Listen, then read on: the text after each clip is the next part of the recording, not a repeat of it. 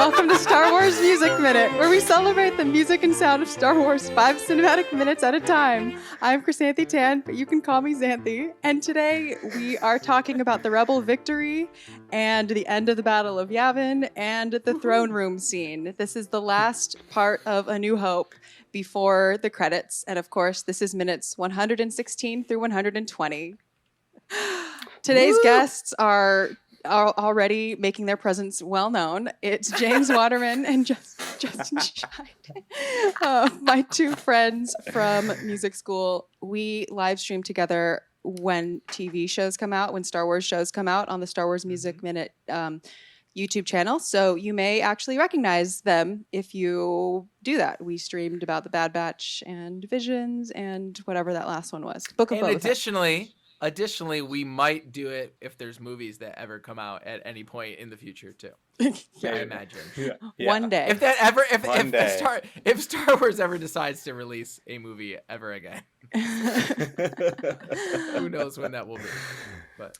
But anyway, I'm really happy to have you. You're the last guests for this season. I noticed. Okay, that's true. Oh. Okay, huh? Yeah, because next week it's just me, myself. That's what I was gonna ask. I was like, "Are you gonna bring a guest on for the credits?" Well, like, I normally the last 2 seconds of the No, I know that you do the credits. I know you've told me that you do the credits on your show, but I was curious if you bring a guest on for it because I think that would be a funny bit. I did for the Last Jedi. You did? Mm-hmm. Because you can talk about cool. the end credits suite, and also it can be like a more general conversation if someone has like a large body of knowledge about the That's cool. thing. That's but cool. yeah. Next Like, week will just be me. Hey, do you want to come on my podcast and talk about Star Wars music? Hey, by the way, we're going to talk about the part of the movie there's nothing on the screen. Pure music. You'd be surprised. Now I'm gonna have I'm gonna have to have you on for credits one day. Now, don't get too mad. But this is definitely not the credits. This is like everything perfectly jammed into the last 5 minutes. In fact, this 5-minute chunk just so happens to end exactly where we start to eclipse into the credits. Right. Yeah. Like right there. Mm-hmm. Yeah. Cool. Yeah. How that worked out. Shall we? How do you want to do this? Do you want to warm up hearing it a little bit, or do you have any like pressing thoughts that you just like want to blurt out about this amazing 5 minutes? Besides that, this is probably one of my all-time favorite Star Wars cues across all the shows, across all the movies, across all of it. That's my blurt. Rewatching and studying this music again was just kind of like reliving the first time watching it. Every time is so much fun. Is it really, Justin, your favorite? Like, are you talking about, because there are a couple different cues, are you talking about the end of the Battle of Yavin, or are you talking about the throne room as being your favorite? Oh, that's a good point. The end of the Battle of Yavin. So this holds, I guess if we're doing like saying a Q like points, this has a number of my all-time favorite moments musically, connecting with what we're watching and the action and the story. Nice. And the throne room is of course classic, but specifically the Battle of Yavin. Nice. What about you, James? Yeah, this the Battle of Yavin, and specifically these moments, I think this solidified the movie as being as impactful as it was, right? I think that the way that it was cut, scored, etc., so groundbreaking. I mean, so action-packed and ahead of its time, particularly these moments. I think that this part of the movie are particularly ahead of their time in ways that I don't think you had seen in cinema. And I think when I go and I watch it, it really sticks out as some of the, I mean, it's easily some of the most exciting parts of the movie. It might be not, for me, it's not the most interesting parts of the movie. I think, Xanthe, you and I have talked before about how we're like not pew Star Wars fans as much as we are like into the Jedi lore, the the relationships and stuff. So it's definitely not the stuff that I like grip onto as the stuff that like I love about Star Wars.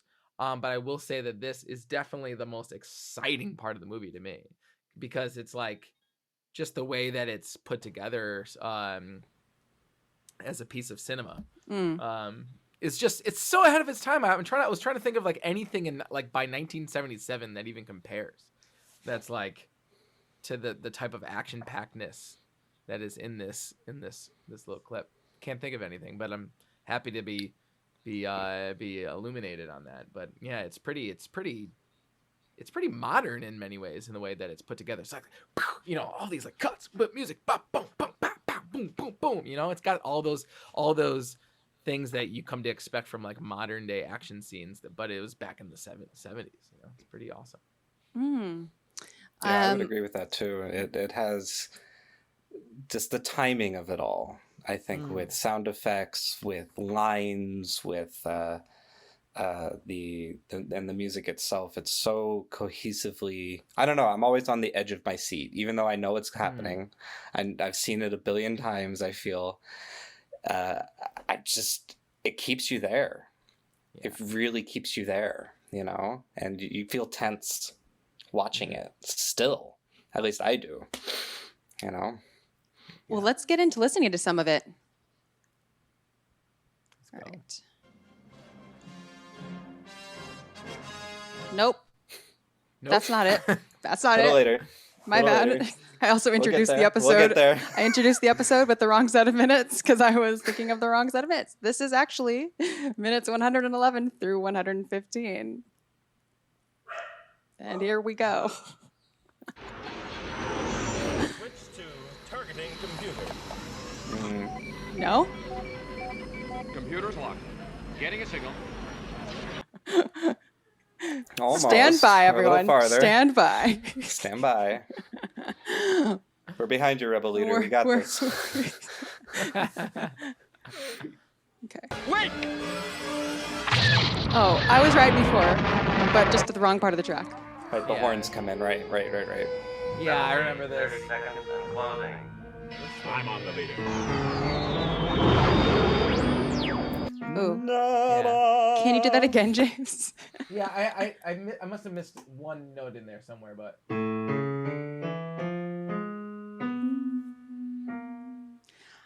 That's such a good little line, and it was just right there at the beginning here.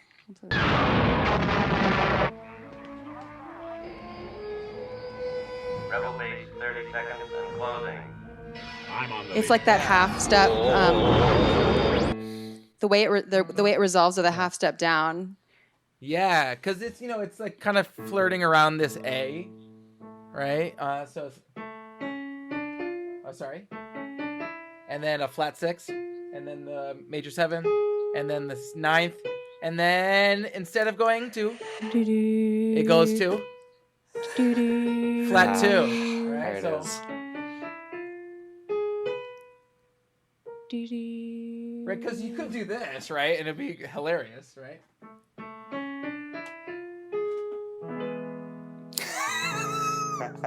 You I don't like that, James. But it doesn't. It goes, Yeah. it goes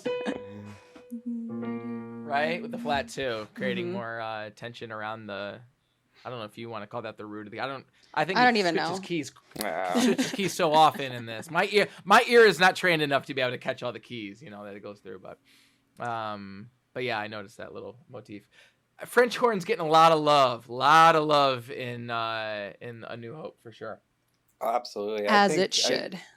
I feel like I've always joked that John Williams, one of his favorite instruments must be the French horn, because Gotta be. in these early scores, the French horn is just gorgeous. Where the flutes, my lovely flutes, get that's, you know, it's a lot of just runs. Right. Yeah, and here we have a lot of low instruments, particularly brass, doing the slower anchoring type of lines, while the flutes and the violins and stuff do that kind of stuff. Not always, but you know, in a few times. And then notably, we also, I mean, we'll get to it, but we also have like some really loud timpani, like some really loud classic boom boom stuff. Yeah. And it's not just boom boom stuff, but it's the timpani uses, it's like a 4-drum timpani part, right? It's it basically uses all 4 drums in many different parts of this, and definitely the higher drums in the timpani. So it's uses some of the higher range, that tight sound of the timpani, as opposed to the big booms of the lower, like 32-inch and 29-inch drums. But yeah, using those top first and second timpani, and you get to hear that really like, that really tight timpani sound.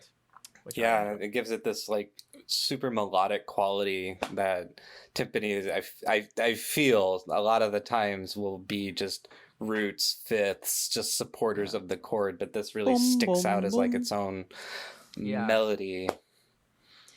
Absolutely. And okay, so just for your listeners real quick, so timpani, and by the way, if you ever wanted to know this, the singular of timpani is timpano. Okay, so the bottom timpano, it typically has a range of years of music training. I've I never didn't known know that. Well, it's an Italian word, so it's timpani is the plural. Timpano is the singular. And so the bottom note has a range of D to A. I'm not too privy on my octave numbers, but what's the A that's in the space in the bottom of the bass clef? I don't know the numbers. They're all confusing. Some people know these. Okay, but yeah, it basically goes from D to A in the bottom of the bass clef. Next drum goes from F to C in the middle of the bass drum, or bass clef. Next drum goes... That's kind of like viola, or that's kind of like cello? Wait, no, not cello. It's higher than cello. Okay. It's only a fifth range. Oh, it's right. Only a fifth range. Right. Okay. So B flat to F is the next drum. So F on the line of the bass clef. And the very top drum of a typical 4 set only goes up to the A at the top of the bass clef staff. So once you're getting up above the bass clef, we're talking about, range that typical timpani parts don't really go to. That's why sometimes you see 5 drums and it goes a little higher than that. But once you're going above the bass clef, you're talking about a range that isn't normally reached by timpani.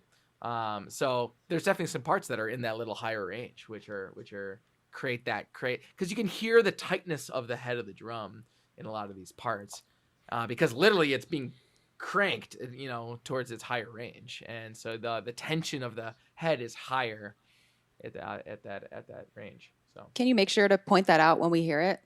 Yeah, absolutely. So it happens definitely like when they blow everything up. Okay. Yeah. That's when it's all instruments in. I'm just kidding. It's probably everybody. not. But Tootie all the way. Yeah.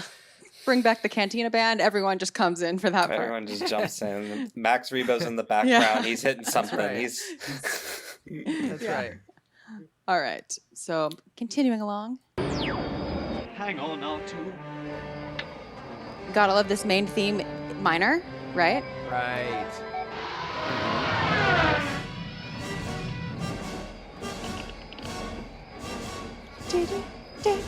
Oh, okay. James has pulled out some. See, this is. Yeah, I love talking to you two because, well, the 3 of us together, we all play like different instruments, and James holds down like the percussion fort, which includes so many different instruments, so it like covers a ton of ground. Super convenient. So there's this nice little thing that John Williams does by adding this crash cymbals, piatti, if we're sticking with the Italian, to the stabs in the brass. Are you talking about the do do do Genko, do? Genko. Mhm. Yeah, so it's something like this. I have it randomly written out here. So it's something like Genko, Genko, Genko,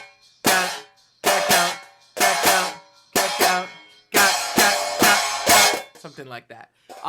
This to me harkens back most classically. There's like a classic cymbal stab, crash cymbal stab in Tchaikovsky's Romeo and Juliet during the sword fight. I feel okay. Mm-hmm. What'd you say? No, I'm just so glad that you're bringing this up. Yeah, keep going. And this is what this part reminds me of. Is Tchaikovsky's type of little stabs like that. And cymbals. Come on, they're swashbuckling, ka, kwa, kwa. And we're talking about specifically crash cymbals. I don't have those with me right now, but I have hi-hats. Can you explain the difference? What'd you say? Can you explain the difference? Okay, so hi-hats are typically, they're not meant to like ring out.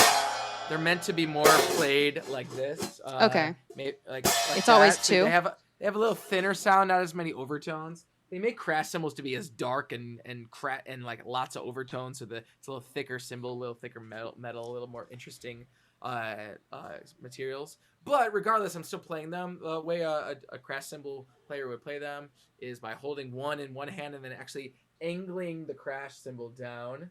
So it's not straight flat to flat, because you're going to create an air pocket if you do that, and you'll get a bad sound like this, like that, like that. So what you actually want to do is put it at an angle and like that. And oftentimes crash cymbal players will, when they want to do these types of parts, it's supposed to be staccato, right? So what they'll do is they'll crash and then they'll choke it against their body, actually. And that actually isn't comfortable to do, so you kind of have to to practice it. It looks painful.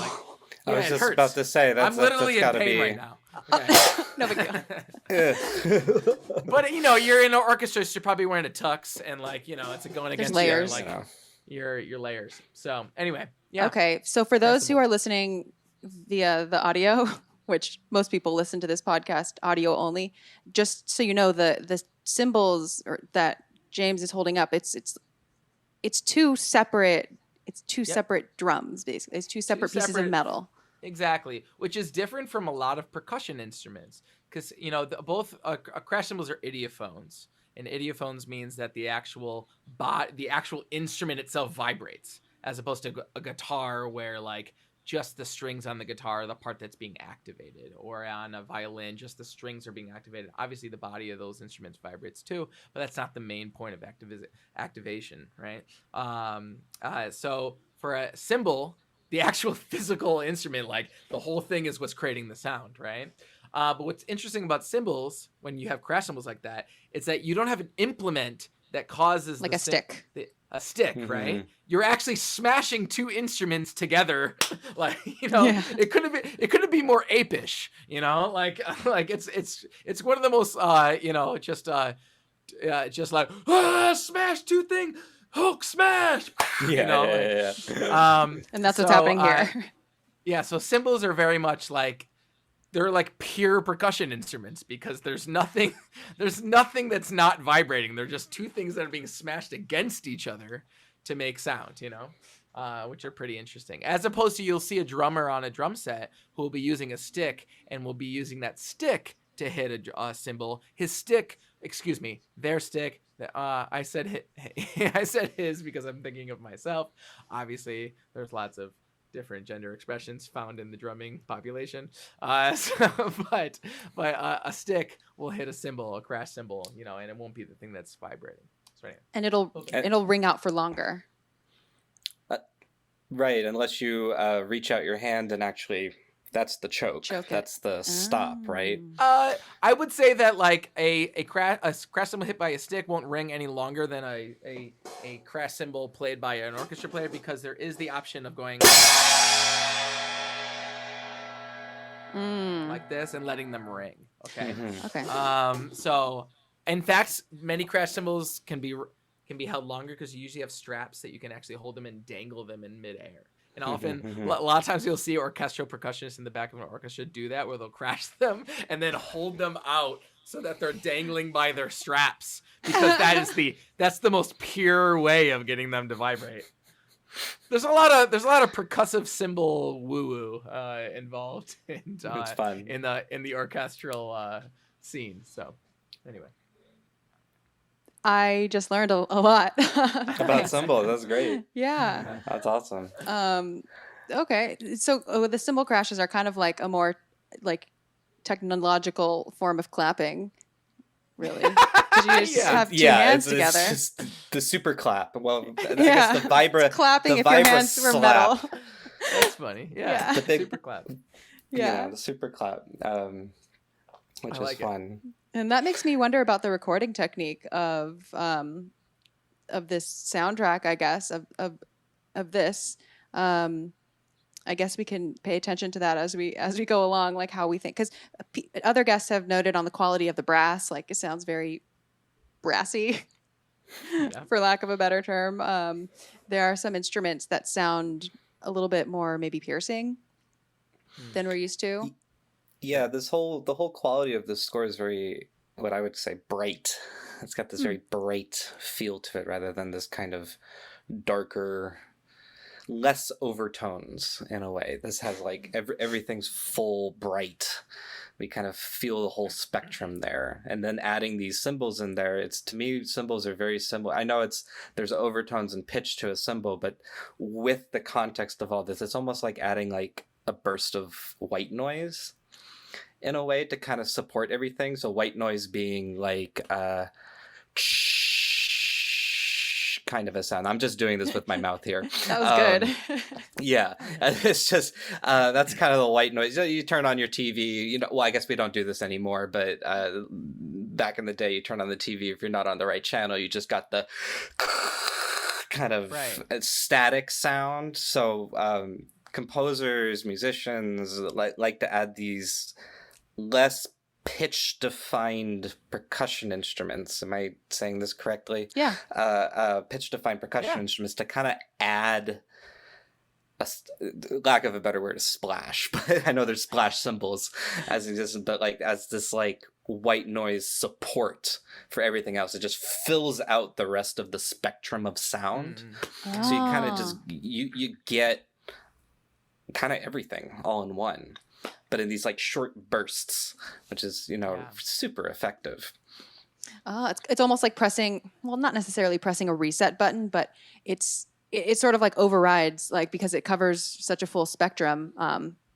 It does a lot to separate. It's like blinking. It like does a lot to separate, like subconsciously separate, not the visual field, but like, you know, in a more time-based sonic thing happening.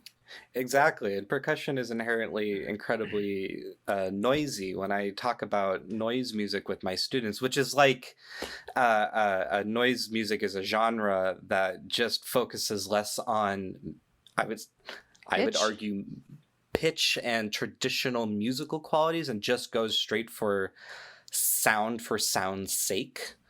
In a way, when we talk about noise music, sometimes we say, well, when did noise really start appearing in music? And people are like, well, when electronics got here. It's like, well, no, let's go back to percussion and orchestras. You had timpani, which was very pitched at the time, but then you have snare, which, yes, does technically have fundamental pitches involved, but compared to what we hear with like a cello, a brass instrument, a flute, that's almost all pitch, with various timbres. These noisier, when I say noise, I mean white noisy kind of things would accent everything. There's a famous composer, romantic composer, Berlioz, who wrote the very famous Symphonie Fantastique, and he was criticized back in the day by music critics for, they would joke, oh, he just brings in the entire military infantry into his orchestras and it just sounds like a war zone, because he loved percussion and using these percussion effects like cymbal crashes all over the place. Oh yeah.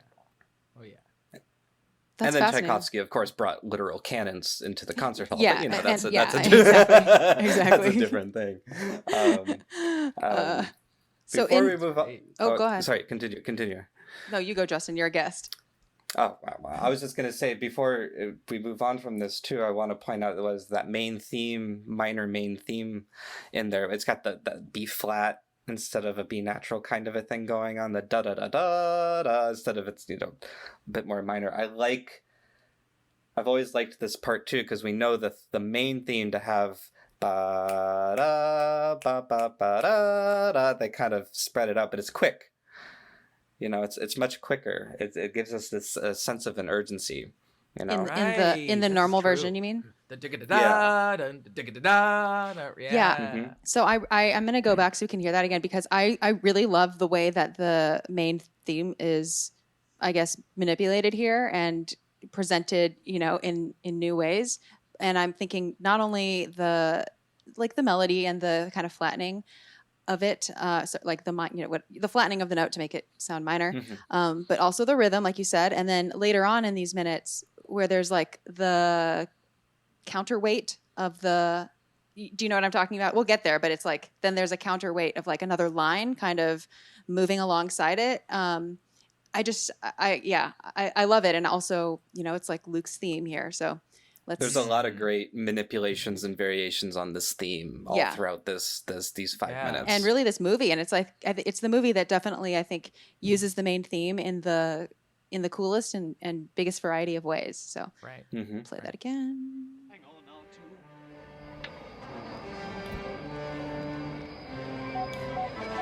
Yeah, it's like it happens so quickly, like because none of the musical ideas in this Battle of Yavin stick around for very long. It's like this burst of an idea, and then it moves on to like a completely different thing so quickly. Exactly. Right. And now that I'm thinking of it, it's actually about the same speed, but what happens there is we hold that second note longer.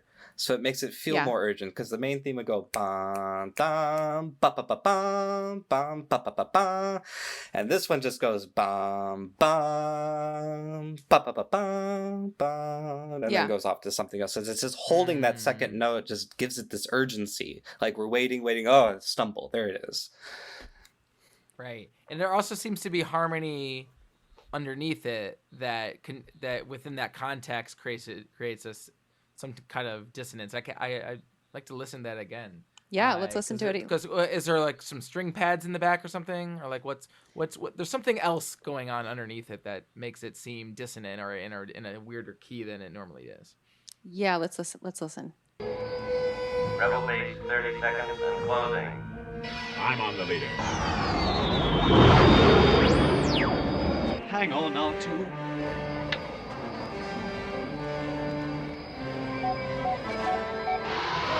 Well, the violins are doing this chromatic. It's a little run, right? Yeah. Yeah. Yeah. And just Justin adding and I that are like, into that thing. That's what we get. Yeah, just adding a little bit of that into something makes it sound creepy. You can put, that just goes to show how important harmony is to everything, right? Like I could play Twinkle Twinkle Little Star, and then just play like, Mm-hmm. Yeah. Just put the right notes underneath it, and it sounds creepy, Which happens later in this cue once we get there. Another one of my little favorite sections in this. We basically hear the theme. Yeah. With just I'm gonna jokingly say the wrong harmony. Okay, we'll listen for when there. you jokingly say the wrong harmony. But Williams is really employing a lot of like polychords and intentionally like complicated harmonic structures here, for contrasting and everything. Not to mention like the metrical shifts too, where for sure. the meters change. Like we were talking in Book of Boba Fett how it was like interesting that the main theme and so much of it revolved around the 11, the 11 beat phrase or whatever. And this is like, you couldn't even really reduce it to like a repetitive compound meter like that. I'd like to see the score of this whole section. Yeah. I actually looked up a reduction of this, and looking through it, I was like, wow, I was wrong. Oh, really? In many places I was like, oh wow, okay, there's like hidden extra beats in different ways, but it just flows so nicely. And there's so much sound design on top of it too, right? That like hides my goodness.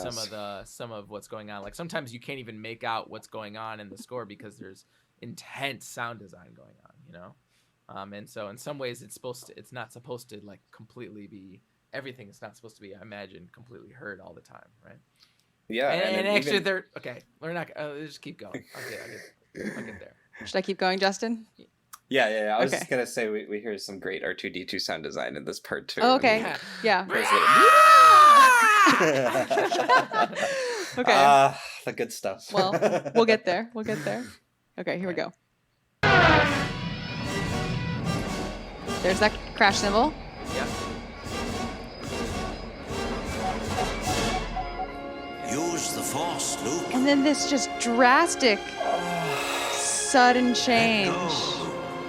It's like I want to live in this space a little longer because it's so much more peaceful. Luke, trust me. Oh, the way it turns right there. It's so good. That right there, I think, is out of all of these, is one of my all-time top cues. Is The moment where it shifts? It shifts. We hear the Force theme, all bright and happy and mysterious, still in its own way. We get Ben Kenobi in the background saying, "Use the Force, Luke," and it's just I hear anytime I listen to this soundtrack, just music alone, I hear that voice. It's just like I know exactly where I am in this scene. Yeah. It's so gorgeous. It's like the definitive moment, you know. Yeah. It's kind of like I'm trying to think if I don't want to date your podcast too much, but but I think there was a moment in Bad Batch when we were saying that Omega's theme was gonna like be as powerful and big as it could possibly be, and then it didn't. I feel like it did. And this is like as Obi-Wan's theme being as well, it's not really, no, sorry, it's the sunset theme, right? This is the sunset theme, right? So this is like, right? Same thing, right? Twins. Well, back then we call it, right. Obi-Wan's theme. If we're pretending that no movies existed yet after this. It's the Twin Suns, isn't it? It's the Force theme, Binary Sunset, Force Obi-Wan's theme. Okay, sorry. You're good. You're good. Okay. Yes. So it says it's like the Force, Destiny, Obi-Wan theme as powerfully as it could possibly be. You know, like because it's like, on the strings. It's like stacked in the strings. Yeah. It's so gorgeous and slow too. Yeah. See. Man, these audiences in '77 just didn't even know, what they were even listening to. It's like. The white noise stops there too. Like the drum stuff stops. It's like the rug. It's like the bottom falls out. It's all just the top basically, right? I mean, we can listen to it again, but like the complexity, like it becomes a lot simpler at that time. Not only like. If we looked at like a frequency, just like spectrogram or whatever it's called, like we would see a drastic change there. And like the low end is like kind of pulled out a little bit, and rhythmically there's not like that variety. It's unison based. It's unison. Yeah. I mean, and that's what creates that floating feeling, right? Exactly. Because the bottom is literally pulled out and the top part's floating. Yeah. You're literally floating above. And if there's any trick to do that, drop the drums and the bass, as a composer, But the thing is, you need to have had the drum and the bass to begin with in order to have an effective part where you pull out. And that's where like the setup, that's why the setup here works. It wouldn't be the same if the whole Battle of Yavin were just upper strings and you couldn't hear the contrast. So that's why I think like the whole arc of the score as a whole is like just as important as each individual part, because it's the moments of withholding and the moments of, giving us, it's, the valleys and the crests that we can appreciate the contrast more. Yeah. And talking about how important harmony is, it's the theme itself it's kind of, I would say it's got a sad quality to it. I mean, it means other things, of course. I mean, but it has this happy feel. Here? To it. It's like I say happier in the sense of it's no longer this dark not brooding, but like kind of melancholy. Interesting. Pensive. It's got more purpose to it. Like you think it's hopeful in this context. Yes. Yeah, that's a better word for it. Hopeful. It's got this hope and almost like, here's my chance kind of a thing, moment. I feel that. Yeah. Well, it's kind of like when we first hear it, I think when we first hear it, we see Luke wishing for adventure, wishing for purpose, wishing for whatever he wants out of his life at the actual binary. Yeah, it's not the first time, but it's the first big time. That's why I wasn't sure. Yeah. And then now we hear it this way, and it's like this is the moment that he's finding his purpose, finding what he wanted, finding what the purpose of this whole adventure was, is for him to rise and shine, here right here. So that's why it's so powerful, because it harkens back to that mirror image of those two moments, So. Here's why I think it is effective for me, and why I feel like it suggests a purpose forward, and in a, like what Justin said, a little bit more hopeful perhaps rather than just melancholy. I think it's because also of the context in the frenetic cue that is the Battle of Yavin, like where things are shifting like under your feet, like it's like rumbling 1 second and then it's like, the meter and the harmonies are just changing. Everything is so all over the place. This is like, compared to all of that, even though this is, a minor theme, I can see how this is kind of a sad theme in some ways.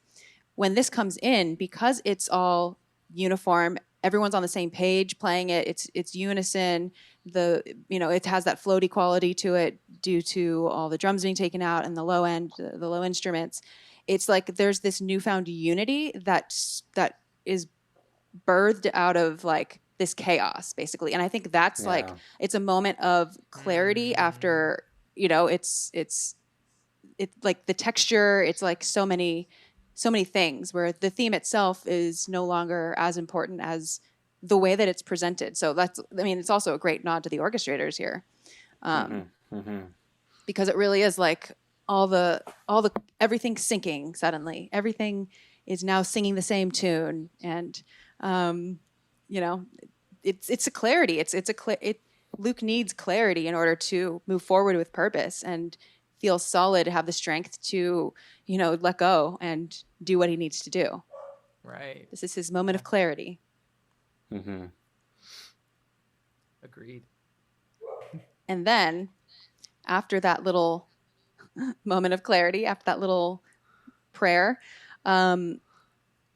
suddenly the music, like the battle music, also becomes more cohesive. It is back to like the battle music, but it's no longer all over the place. It now has the cohesion of like the rebel themes and like the rebels, those, this thing comes in, or I'll play it. Let go, Luke. The force is strong in this one. Luke, trust me. And then 4, 1, 2, 3, 4, 1, 2, 3, 4, 1, 2. You know what I mean? Switched off your targeting computer. Yeah, What's wrong? this I have nothing to interpret from this moment, although other than I've never noticed this before until I went and listened to this. The way I've to prepare for a podcast about it. So never been asked to do that before. So, but I'd never noticed before that like the bass line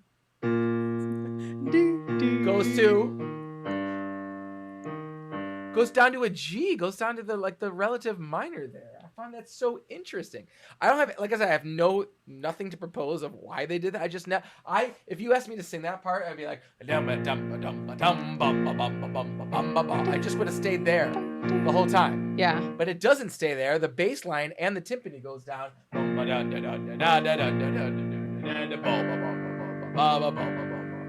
which I find so interesting. I don't know why I find that interesting, but I just didn't remember hearing that ever until I listened to it. I never realized, and to me it gives it like a darker tone, but I guess I don't even know what to bring out of that. It's like a false minor or a false something. Because everybody else stays the same except for the bass tones. It seems. Yeah. It seems like the brass is. Can we play that? Just that one little clip real quick. Absolutely. His computer's off. Luke, you switched off your targeting computer. What's wrong? We already passed it. It was just right there. Okay, I'll back up a little bit more. It's when he says his computer's off. Yeah. Let's hear that again.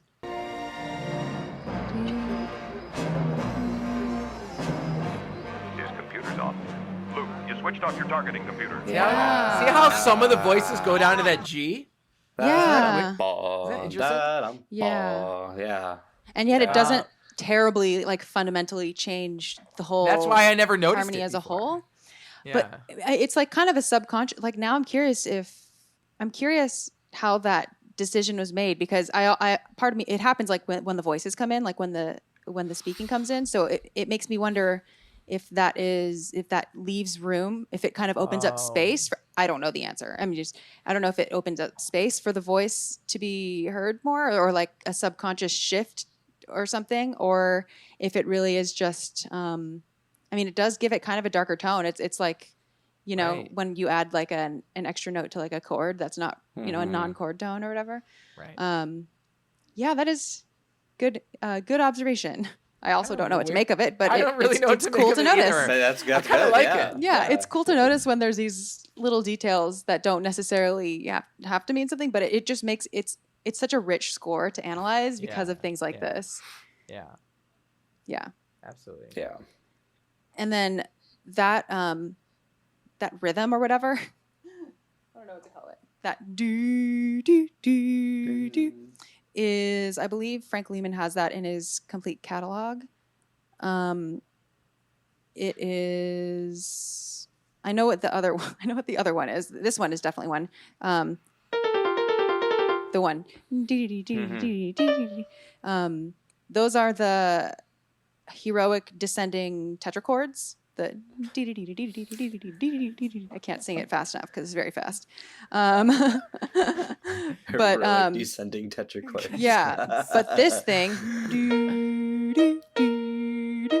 which kind of like sounds like a vamp for like a karaoke machine or something. But that's called heroic determination. It's in the main theme suite thing, isn't it? Yeah, exactly. So it's almost like transitional material in that, and here it's kind of used as this like turning point of our emotions, where we're like, oh, maybe because they're losing the battle essentially at this point. They're not doing too. They're trying, but they're not doing too well. And now we have this moment. We get the use the force, and when this comes in, it's like okay, and it's like the ramping up. Ramping up for something good, Okay, it's like imagine you're in 5th grade and you are singing a song for a school assembly or something, and you have a backing track, and you have to like keep practicing to the backing track, but it's like kind of unclear where to come in, but like the this is a completely made up scenario, but the accompanist who made the backing track put in kind of an obvious little do to like let you know like, this is the intro. This is the intro. You're going to come in soon. That's like what that is. I find so. Wait, can you tell us what it was? The descending and heroic. What was it? Yeah, actually, I'll read the descriptions that he gives. What were you saying? Yeah. Okay. Well, I was just curious. I just wanted to know what the term was that you used. Oh yeah, heroic descending tetrachords. What? So, okay.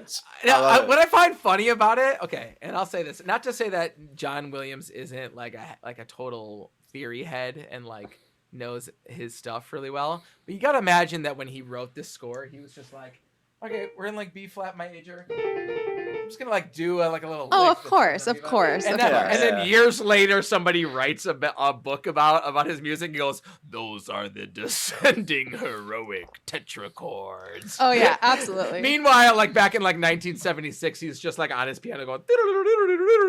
Like years later, somebody gives him this like I mean, imagine how funny it is.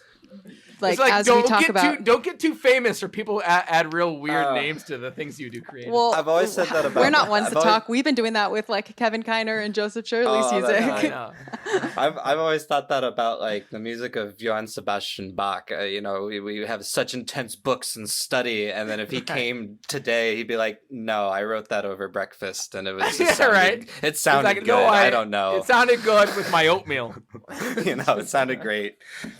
It's not anything. Don't worry about it. In any case, I mean, you definitely have a point. Actually, when Alex and Molly from Star Wars Explained came on, and I told them about the heroic descending tetrachords, Alex kind of had this moment where he was like, "I never noticed the heroic descending tetrachords," and I was like, "It's fine." No one does, and it's not a thing that you have. It's not like a thing that it's not like. You missed a Star Destroyer or something, but even if you did, these things are also arbitrary. It's some people decided to make something a thing, and so then people who also want to, it just helps us remember that it's a thing to some people. It doesn't have to be a thing. It's true. Like he definitely knew the part. I'm glad that I have a name for those things because First of all, I bet Alex did. Well, he notice knew this. what it was, but he was like, I didn't know that was the heroic descending tetrachords. heroic- That was the thing where I was like, Heroic descending tetrachords. exactly. And like everyone But those knows are- what everyone yeah, knows what that is. But you don't have to feel It's like also the meow mix theme, everybody. Meow meow meow meow meow meow meow meow meow. Okay, meow, okay, meow, okay. meow, meow. All right. It's gonna be So- my new That the band meow- name. Anyway, The Heroic Descending anyway, Tetrachords. My anyway. new jazz band. Anyway, Okay. a lot. Everyone knows what that sounds like. It's okay if you didn't know that it was the heroic descending tetrachords because music theory is descriptive. Sorry if I get you not- copyright struck for the meow mix theme. The meow on mix your theme. show. I know. not prescriptive. Okay, So I'm going to read this now. Okay, this because sometimes the descriptive language helps, just helps ground what we are hearing. So the tetrachords that we were just talking about, tetra meaning because it's like 4 notes. Okay, so Frank Lehman describes it as important aspect of beginning of end credits, prominently featured with an underscore in A New Hope's Battle of Yavin and repurposed in Return of the Jedi Sail Barge Battle. Extremely prominent usage in the Rise of Skywalker Dunkirk cue. And then the heroic determination, which is the thing James was bringing up earlier, which is like the bass line. Do, do, do, do. Exactly that. So that like rhythm and that basic vamp. By the way, these are not leitmotifs. These are just considered incidental motifs. So they're not like, which is a kind of a lesser status. Alternating chords with propulsive rhythm, closely associated with heroic descending tetrachords, used prominently in battles of Yavin, Sail Barge, Endor, and various end titles. Now, I want to zero in on the word propulsive because I think that's like what we are really feeling here. Like how something about like the way it goes 1, 2, 3, 4, 1, 2, 3, 4. Like it feels kind of like a springboard to me. Yeah, it propels us forward. It feels like we're running almost. Wait a second, Xanthe. Is What? it on 4-1 or is Yeah, it on count 1-2? how you're hearing that theme. Can you clap and count it? Okay. Oh no, percussionist. Okay. Because right, 1, 2, 3, 4. 1, 2, 3, 4. 1, 2. Okay. So you're like you would go 1, 2, 3, 4, 1. You would Or do that. well, I would go 1, 2, 3, 4. 1, 2, 3, 4. Your You go- eyes just. Wait a second. Wait, what? You would go I- 1, 2, 3, 4. No. Wait, that's what Xanthe. Right, I think it was. Yeah, no, I hear what you're. Yeah. Okay, let me play it again. Computer's off. Luke, you switched off your targeting computer. What's wrong? Yeah. no, but I don't know what you. Okay, I okay. don't know what you. Yeah. 1, 2, 3, 4. 1, 2, 3, 4. 1, 2, 3, 4. James is looking at me with this face that is like, you don't know how to count. What is happening on beat 2 that you're making a big deal out of? Can you play it again? It's sort of like a sforzando. 4, 1, 2, 3, Like- 4, 1. Play it 2, again? Right. Oh my gosh, I feel so Play it judged. again. Okay. It's the second. Oh, there's a second. There's a second note that happens there. But you're hearing. Okay, soLl tell you what the difference is between the way you and I are hearing this. I'm hearing it as 1, 2, 3, 4. 1, 2, 3, 4. I'm hearing that too. I'm No, hearing she's both nothing on variations. two. Xanthe's adding but the there's- next. See, to There me, isn't anything on 2. to me, those feel the same. To me, those feel fundamentally like just different flavors because sometimes there's a. Justin, no, do you but hear I'm it? saying there's not. There's No, literally yeah, I nothing hear it. I happening don't know. Hold on. I No, hear no, it. no. I hear There it. 'cause is, there's there the is. dun, da, da, dun, Exactly. da, There's da. Play another. it again. Play it again. Okay. Play it again. All No, right, it's there, everyone. it's there, All right, it's there. everyone. All right, class. Listen carefully. Where's the thing on beat 2? Where is it? I'm not going to sing along with it just so we can have a clean Okay. listen.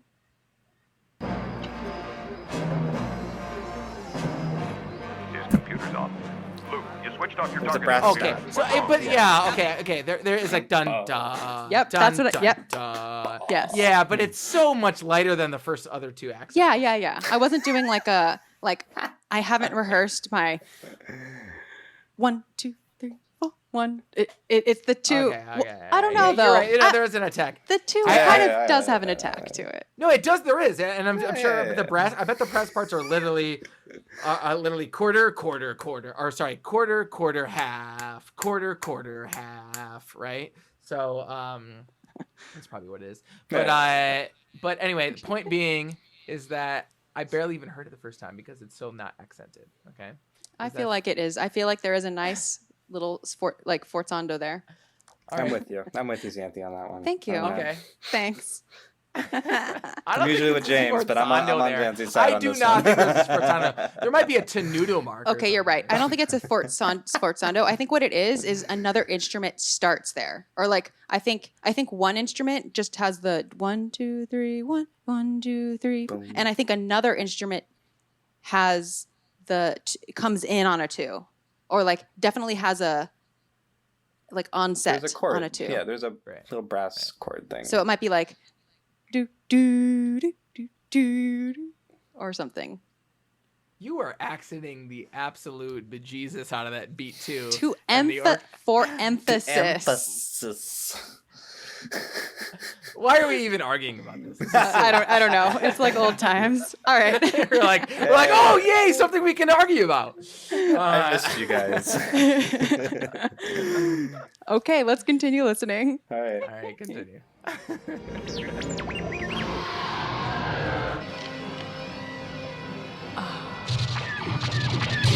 Again, main theme variations. I've lost Artoo. Turn it down. Ooh. I love all these main theme variations. Like Rebel base. that whole part that we just heard was all different versions of the main theme. And Artoo. Yeah, it's like it's not the death of R2, but R2 gets shot. and we Certainly hear not the death of our- Artoo. I know that droid can never No. he's immortal. Indestructible. But it's like this dissonant main theme of like it snaps us back into the terror of the situation. Like we were just triumphant, we're ready to go, and then we supposedly just lost our favorite little droid Mhm. for a moment there, you know, with these wonderful TIE fighter sounds. Right. It is a cornucopia of sounds. Here. Everything happening. Okay, so let's listen again to how all the different ways the main theme is expressed. Yeah. His computer's off. Luke, you switched off your targeting computer. What's wrong? Nothing. So- I'm all right.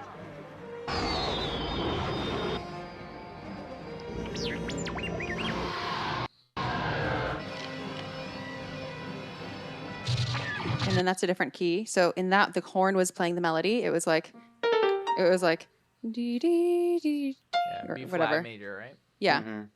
And it's still kind of triumphant feeling. It's still giving us this hope. Yes. You know, this. And then there are like trombones kind of doing like a do do do do. Justin nods. James Yeah. thinks I'm Yeah, hearing yeah, things. yeah. Oh, okay, no. Okay, good. And then we're about And then there's this. and then we're about to get to the part where then the flute takes over in a different key. Mhm. And so I'll just keep playing. I've lost R2. Different note. Yeah. It goes to a more strained place. There. Yeah. Yeah, so what's interesting, it starts in like a D, right? Yes. And then it goes to da da da da da. Yep. Da da da da. Right. Yeah. So if we start in the surrounding D, it eventually does the normal version where it goes up to the D, D A, but then it goes to the ninth, the flat six, and then And we get this tritone. right, Mhm. which is a tritone. Yeah. And then the flat seven, it lands on the C, the flat seven of a D chord. Yeah. Which Yeah. all our things are not natural to the major key, which makes them all sound strange. And It's got and it's got tense. this again super bright quality adding to that strain. We've got the flute, or maybe it's a piccolo kind of a thing going. At least the flute section. Yeah, I with feel like the- woodwinds are like kind of the same, kind of like how the strings were joining forces for the Force theme. The woodwinds are kind of Right. doing this like But weird we got version. brass in the background. We still got some That's high true. trumpets in the background to add to this like this biting Yeah. almost like a bite to it, to add to the. I don't know. It just cuts through all the action here. It just kind of gives us this like unease, like, oh no, what's going on? We just lost Artoo. And then as we end this, like, we have some instruments going like, I don't know. You know what I mean? It's like. Yeah, I call that the I don't know. the dramatic tense duo chords, diachords.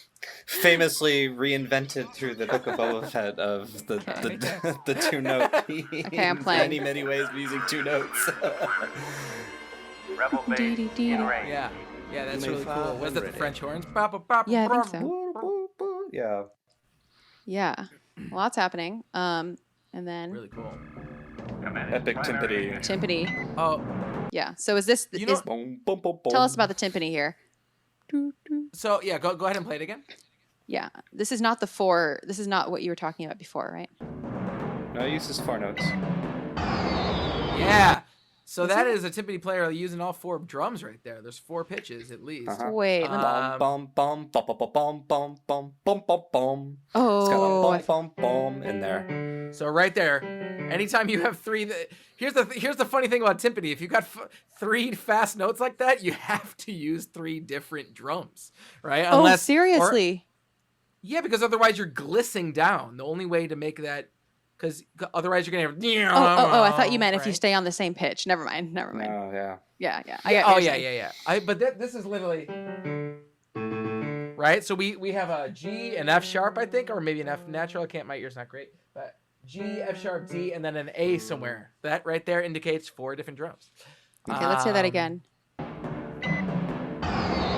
Oh my gosh, I should go. I'll go back a little bit further. Right. Right. It's G, F sharp, D. Right. Okay, let me play it again. Right. May fire when ready. Or is it G, F? Command is primary ignition. I'm trying. I can't hear. I can't hear. Oh. Yeah. I think it's an F natural. Yeah. So. So. Wait. Does it go like this?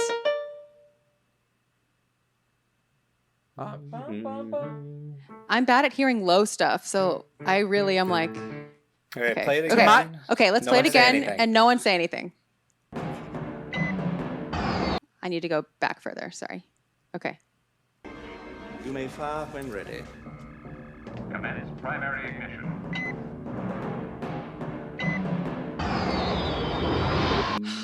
That's very confusing. Right? Yeah. Yeah. It's hard for me to hear that because the overtones are just like. I'm I know, hearing a lot of timpani are weird overtones. like that. I mean, part of timpani is like when they're out of tune, you can really tell, but when they're like in tune, nobody really notices in some ways. Like I almost can't tell what octave it goes to at the end there. I'm like, does it go? I mean, I think it goes. I'm I think pretty it sure goes. there's a lower A. That Okay. so it's probably this to me is what it's going on there. Like is what I'm hearing. I'm hearing an E natural, but I don't know what octave it is. Hold on, I Basically. just had this score analysis. Where did it go? Wait, that's not an E. Oh wait, What- am I? play that? Wait, I don't know. I'm tripping. Wait, where's the E? I don't know. Low And here's stuff the is thing hard. about like scoring in 1977. I can't imagine they did too much splicing, right? Oh, so yeah. it's like I don't think so. so. Basically, you have the drums that you have. Like nowadays, you can literally just put whatever timpani part you want anywhere because you Yeah. just like Yeah. overdub anything, you know. Yeah. I'm looking at a score reduction right now, and it's claiming D for the main dun dun dun ba. It's a B flat, Really? Flat. Okay. ba ba ba ba, and then a G F up top. GF. There you go. Gotcha. Yeah, This is that's interesting That's what this is claiming. Yeah. because it almost sounds like, but it's To my ear, it sounds like an A, right? Right. Yeah. Yeah. but that Yeah. might be willful. That might be us because it's more. It would be more typical to hear it as an A, right? Mm-hmm. But this would be more imperial. If Yeah, that's but really what let's it listen is. to it again, and now Okay. let's think of that note as a B flat now. Okay. Okay. Okay, we're feeling the vibes. Let's see if we hear it. Rebel base in range. You may fire when ready. Commence primary ignition. So fast. It feels like It's so still fast. I'm feels gonna like be an honest. A. I kind Feels of hear it as an A. A. I Yeah, hear I the think A. it might be an A. Here's the other thing about timpani. It might just be out of tune. Yeah, it's just could be Well, neither. there you go. Yeah, it's a flat beat. Yeah.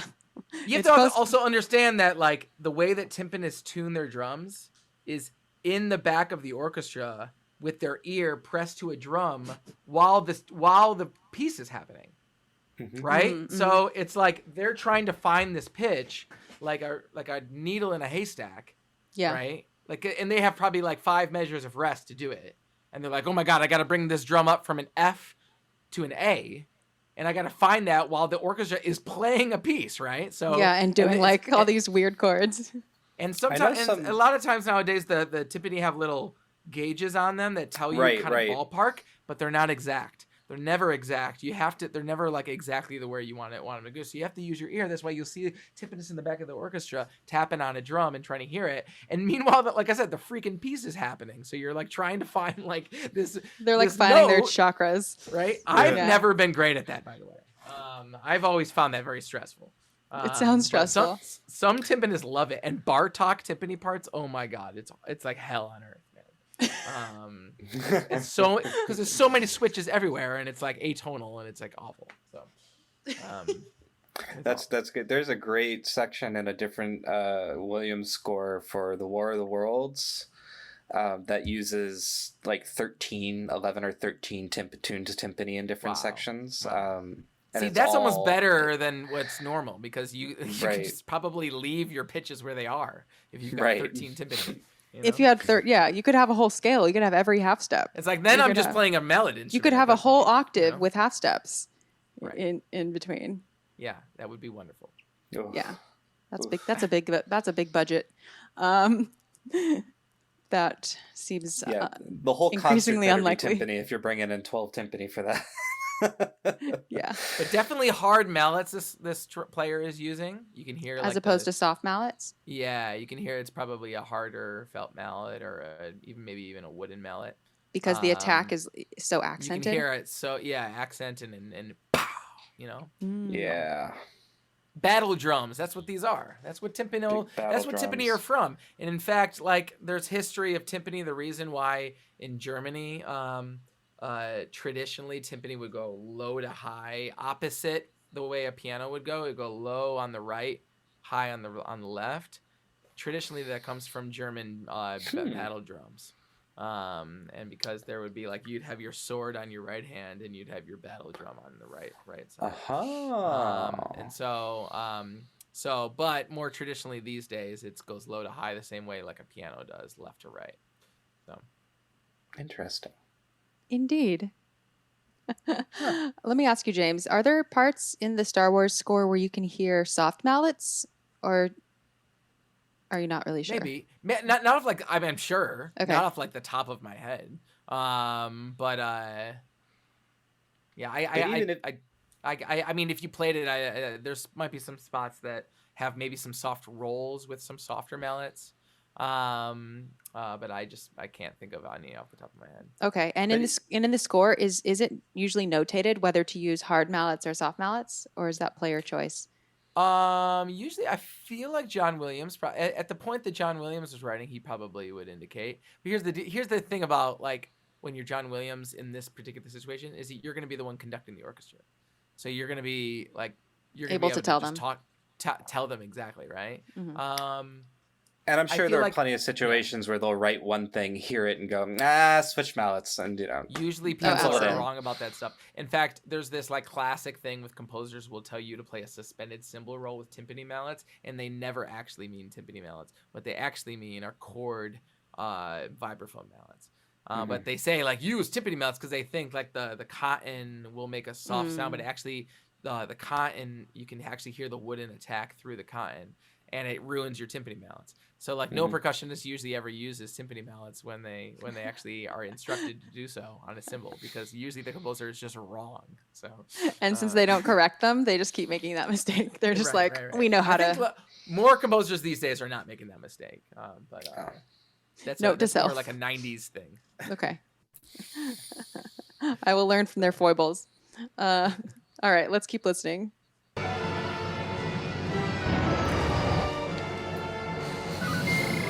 Have you not? Justin looks so excited. It looks like it's Christmas morning, and Justin's opening a present, and it is a life-size TIE fighter. No, I'm just kidding. Yes. Can I just talk about something that I Yes. realize that if we don't talk about it, Yes. that I realize that we won't talk about it because I want to talk about it. Mm-hmm. All right, we're not because we've been listening, and I realized that normally I can reference what's happening visually. So, what minute are we on right now? In the 5 minutes? Oh, we're like not even halfway. Right. So, okay, right here at like 1:16, right? Okay. Into this 5 minutes. Okay. You see what we're looking at in that video? Oh, are you looking at the video? Yeah. So we're looking at the war room scene, right? And we have this screen here. And I find it amazing, Xanthe, that you brought me on. Okay, I have to pull it up. I don't have it pulled up, but I'm going to now. Okay. Okay. But tell me. I feel so happy that you brought me on for this scene. Oh no. Because the last time I was on your main show, it was in Last Jedi, and I made a comment exactly about this particular moment in this scene. Okay? What did you say? So I was talking about in Last Jedi when they're watching Poe, assault the dreadnought with his team, and Leia's looking at the war room, right? And in Last Jedi, there are like X-wings, clear X-wings on the user interface that literally just turn red when they die, right? Yeah. Right? And so the viewers watching, they're like, I know what that screen means, because that is an X-wing and it's turning red when it dies. And so now I know that she's looking at in this scene. Oh, in the Last Jedi. Who knows what Leia is looking at in this war room scene on Yavin? This thing looks like I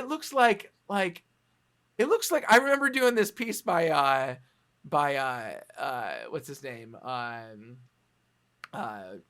Schoenberg. I remember doing this piece by Schoenberg and having these like crazy like graphic notation. Graphics. This looks like a graphic score. It does. It looks like graphic. Okay, yeah, listeners, we're talking about. It looks like a compass, or it looks like a piece of cheese or something. It's like a round. It's almost supposed to be like deliberately ambiguous of what's going on, because you're supposed to like feel a little bit divorced from the language, and it creates a sense of alienness to what they're looking at. Or Fonts, if you're listening to this, Ender, please chime in. Yeah, but in Last Jedi, it's literally just a screen of like graphic TIE fighters that are blue when they're alive and red when they're dead. So it's actually pretty consistent with A New Hope, then. It's kind of how? Whoa, wait. What do you mean? There's no feedback. That's the thing, is that they're looking at this like down screen kind of a thing, and they're listening to a radio play. How is the Last Jedi consistent? No, I mean. Are you talking about how you were wondering what Leia was looking at in The Last Jedi? No, I'm saying it was very clear what Leia was looking at in The Last Jedi, because it's literally just a screen of X-wings that look like X-wings that turn red when they blow up. So you're saying how obvious that is.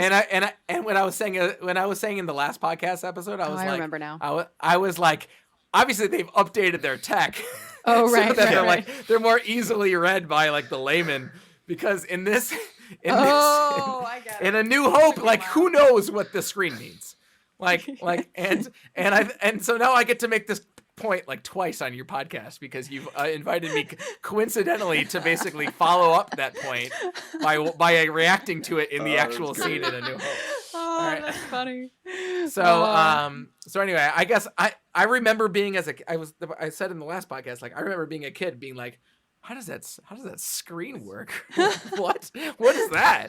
And now, like I said, like if I was a kid watching Last Jedi, I'd be like, I know exactly what they're looking at. I have no questions, you know. So anyway, I just wanted to make sure I commented on that before we ended. General Leia, is like, no, you know what? I'm not doing this again. Get little figures on there. Put little Rebellion blue can and afford red. a label label maker now. We can just let's update the UI. Don't you know that when it's an acute red triangle, that means that 3 of our X-Wings have blown up? When it is an obtuse green triangle, that means that we still have, you know what I mean? That's like, what are they? What does that mean? Anyway. That's funny. Okay, so let's move on. Okay. Yeah, let's move on. Okay. Oh, Justin, what? Wait. Okay. That part, my Christmas present. Okay. Yeah, you're right. That's another beautiful manipulation of the main theme right there. Where this is where all the harmonies are wrong. We hear the main heroic theme, but everything is so dissonant and out of place underneath it. This is another one of my favorite little cueing moments here. And so much happens. We see Luke. We have Darth Vader right behind him. He says the classic, "I have you now." It's so good. Han comes out of nowhere, hits him. The TIE fighter guy is like, whoops, I'm going to turn left and accidentally hit Darth Vader's TIE fighter. He's the one who screws it up. It's the left shark or left, he's the left shark of the TIE fighter duo right there, his wingman. It just runs right into Darth Vader and sends him going. And we have this smooth theme. Let's play that part again for me, Xanthe, just because I love it so much.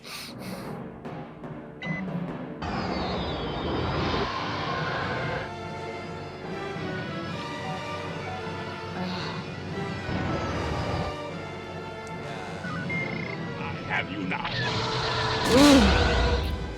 What? And the timpani is just Look out! And it's cool because it keeps this tension. I feel like a lot of me being a person who would make this kind of choice, but if Han Solo swooped out of nowhere, there's a triumphant theme. There's I was going to bring that up today. I was curious about that. Continue. It's like, here's the happiness, here's the thing, but no, he keeps it. That whole tension. We still don't know what's going to happen. I was going to talk about this today. I'm so glad that you put it that way because I was kind of curious about that decision. Because and this also highlights the fact that Han Solo doesn't have a freaking theme in his own theme. Because even when he makes his in any movie anywhere else these days, if this happened on screen, we would hear his theme brah in your face. Honestly, right? we'd hear right. Exactly. I'm surprised we well, none though of those in the choices. context of this, he's not really a rebel yet. So I suppose, but I still feel like the easy choice here would be come in with one of our big heroic themes, and no, John Williams keeps that tension going, and then we lead into Mars on steroids, yes, kind of a thing right after it. For those who, I'm sure it was already brought up in an earlier podcast of this series, but a lot of this music borrows very, very heavily from Gustav Holst's The Planet's orchestral suite, especially from the first movement, Mars, the Bringer of War. I mean, it's almost like this whole chunk of the movie is Mars. I mean, we have the timpani, dom dom dom, ba ba ba bom bom bom, ba ba ba bom, which in Mars it goes da da da dum dum dum dum dum da da da dum dum dum dum dum, and yeah, it's so good. Also, randomly in an episode of Venture Brothers, I don't know if anybody knows this, if anybody ever watches that show, but there's this random part where they're singing Mars in Venture Brothers, and it's kind of an interesting little moment. That went over my head, but I like what you're talking about. That I love the main theme there too. It's the wrong chords that you're referring to. It's it's really like it actually kind of reminds me a little bit of Stravinsky too. It reminds me of like they're all playing the melody, but instead of being in unison, meaning playing the same note, it's like they're offset by, you know, a certain number of notes. So it's like the melody, the shape of the melody is the same in the different instruments, but because the notes aren't calibrated to be like the same note, but they're still relatively going in the same direction, you just get all these chord clusters, but there's still motion. Like the motion of the chord clusters is still clearly the main theme. It just sounds wrong because it just sounds like, you know, a few of them are singing, or they're trying, but they missed it. Like they're not really on the right notes. It's like, but they're still moving at the same time. You all play the main melody. You start on C. You start on B natural. You start on F sharp, but all still play the theme. Exactly. In different keys all at the same time. Yeah. Someone didn't change their clock to daylight savings or whatever. That's right. They're like, and then underneath that, it like the opposite of what we just had with the timpani with all those different notes. I mean, those 4 notes here, we just have like a timpani. It's like pedal pointing here. It's just like, correct me. A timpano. Hey, timpano. Very nice. A single timpano. Oh, you're such a teacher. It's like it's just anchoring it. It's not budging. It's not letting any of them really win. It's just doing its steady war drum thing, I guess. Yeah. The timpano. Yeah. It does what it does best. Yeah, for sure. Okay, so. And then I love that scene. You know, right when that's that shot of Tarkin, right before the explosion. It's so perfect, and I love that that's the very last scene before we get the actual explosion. Yeah, it's like all is calm on the ship, and then, you know, it's like really effective. Yeah. And we get that classic Death Star power up downward sub, you know, as the yeah, ooh, that's good. As he pulls the lever to power the laser. I don't know what all those buttons really do, making those stakes be like right to the wire, right? Yeah, I mean, Tarkin is just so confident. Doesn't believe that these rebels can really do anything. Right. And he gets the Mars chords.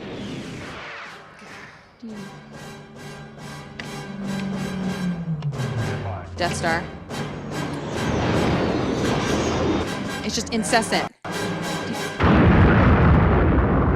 Death Star, go boom. And this is the end of the ride. You did it, everyone. So everyone's clapping. And the Glockenspiel player is very happy. We'll be with you. Remain seated, please. Exit to your right. Exit to the right. Everything's fine. Snow White's Scary Adventures. Oh, look, everything's cool, everybody. At the very end there. No, I love also that the Death Star boom is in time to the music, which is great. Dun dun dun dun dun dun dun dun dun dun boom.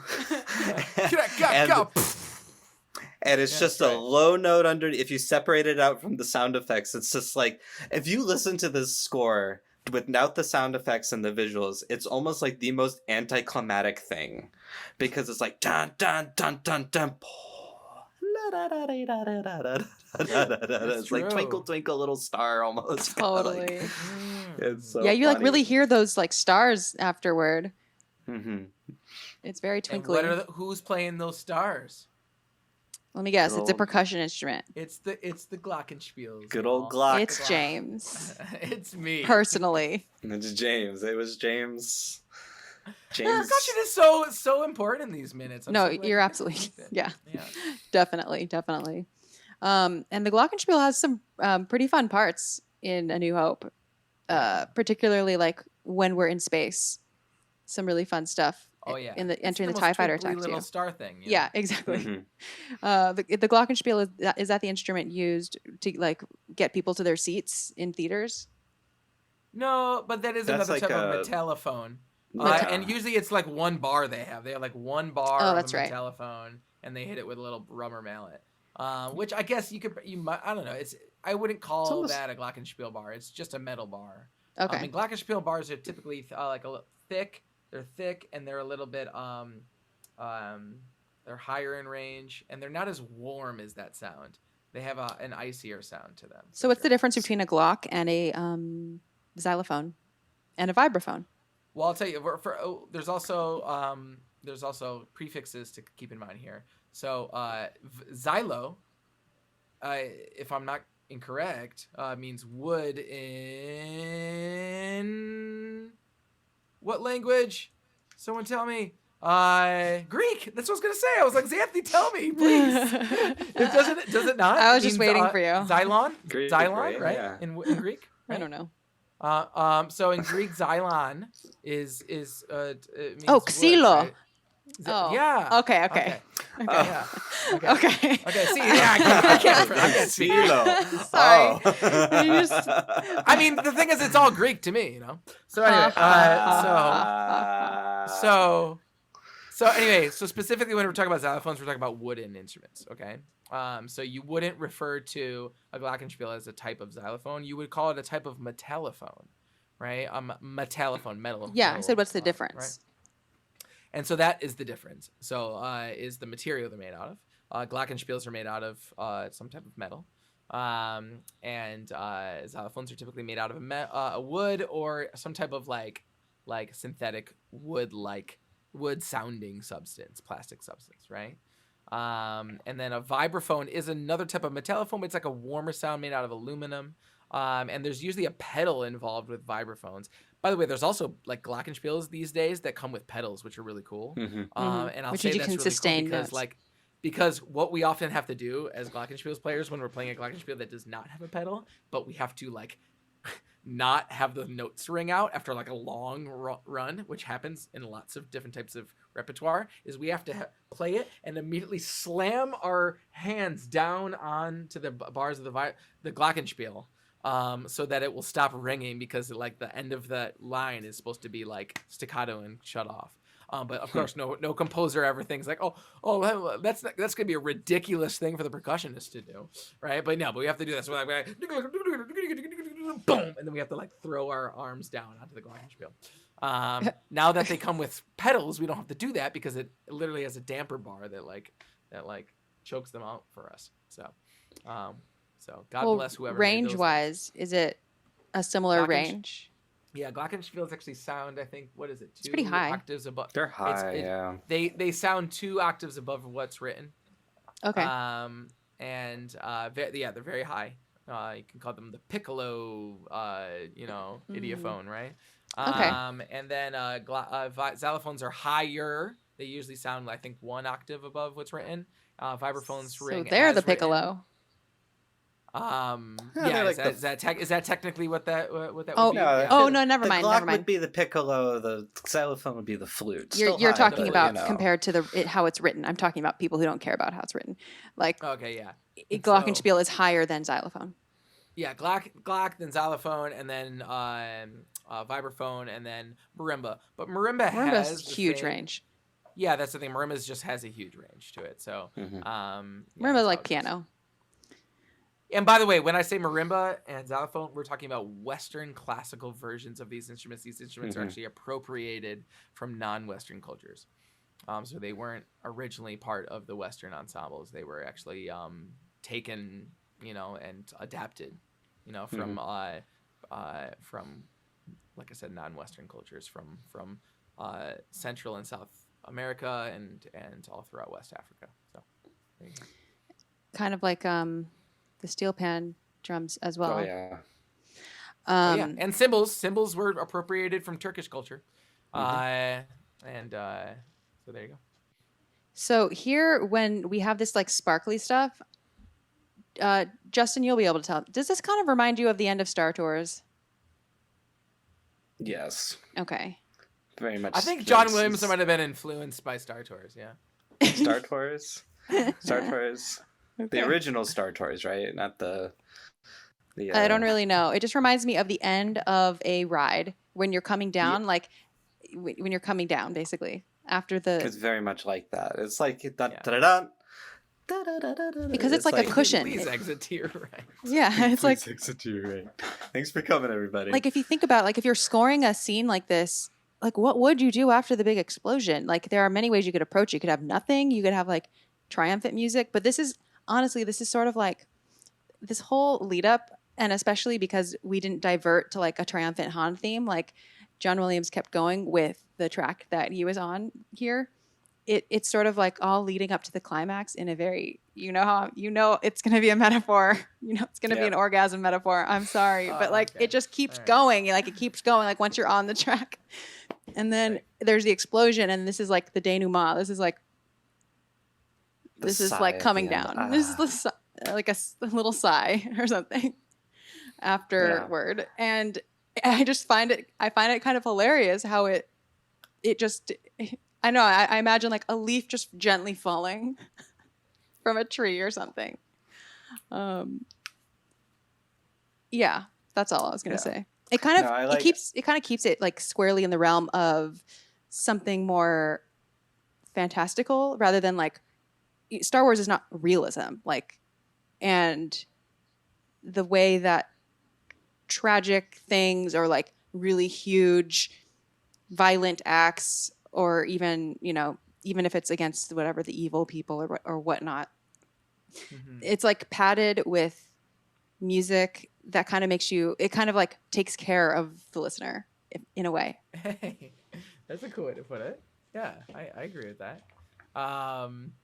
It's a gentle cuddle at the end of a very intense Death Star blow up.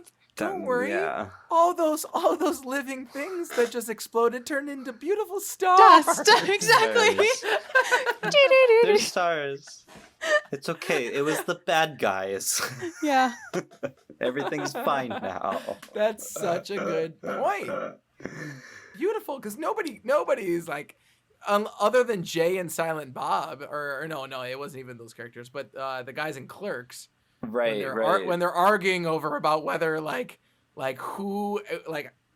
was a worse event, the explosion of the first Death Star or the second one, and they're trying to make the point that because the second Death Star exploded while it was being built, so there was a bunch of innocent contractors and construction workers that got killed as well, that weren't like necessarily Imperials, right? So their point is like, but a lot of Imperials, anyway. Yeah, I know. It's a joke. This debate has already been like recorded in the 90s, and hashed out. I don't think there's anything to bring up. But the point being is like the reason why you don't dwell on that at all is because the way it's presented to you. It's exactly it's the way it's presented. Beautiful explosion with beautiful sparkly music, so. Yeah, I mean, the music is such a big part of the narration, and it also is. Yeah. It's sort of like how when we think of Ben's death, or when we think of Uncle Owen and Aunt Beru, or when we think of the destruction of Alderaan, like we didn't, we can make fun of the fact that Luke is so much more sad presenting than Leia, but also that scene wasn't given like emotional weight musically as much as. Yeah. Like the music really just helps the audience. Like it really guides us in how to feel. So okay, so I think that's what Leia was probably thinking too. She's probably like, even though everyone I know is dead, I didn't get a theme song. The for music it, so. That's playing right now is not indicating that this is a very big deal. The music says keep trucking on. So I keep going. You're good. Keep going. All right. That was 1 in a million. Remember, the Force will be with you, always. You gotta hear your father figure in here afterward. It's on a nice clean cadence there too. And it just fades out so gently into applause. Like it's staged very kindly. There's no music in this whole section. No. Here, right? No,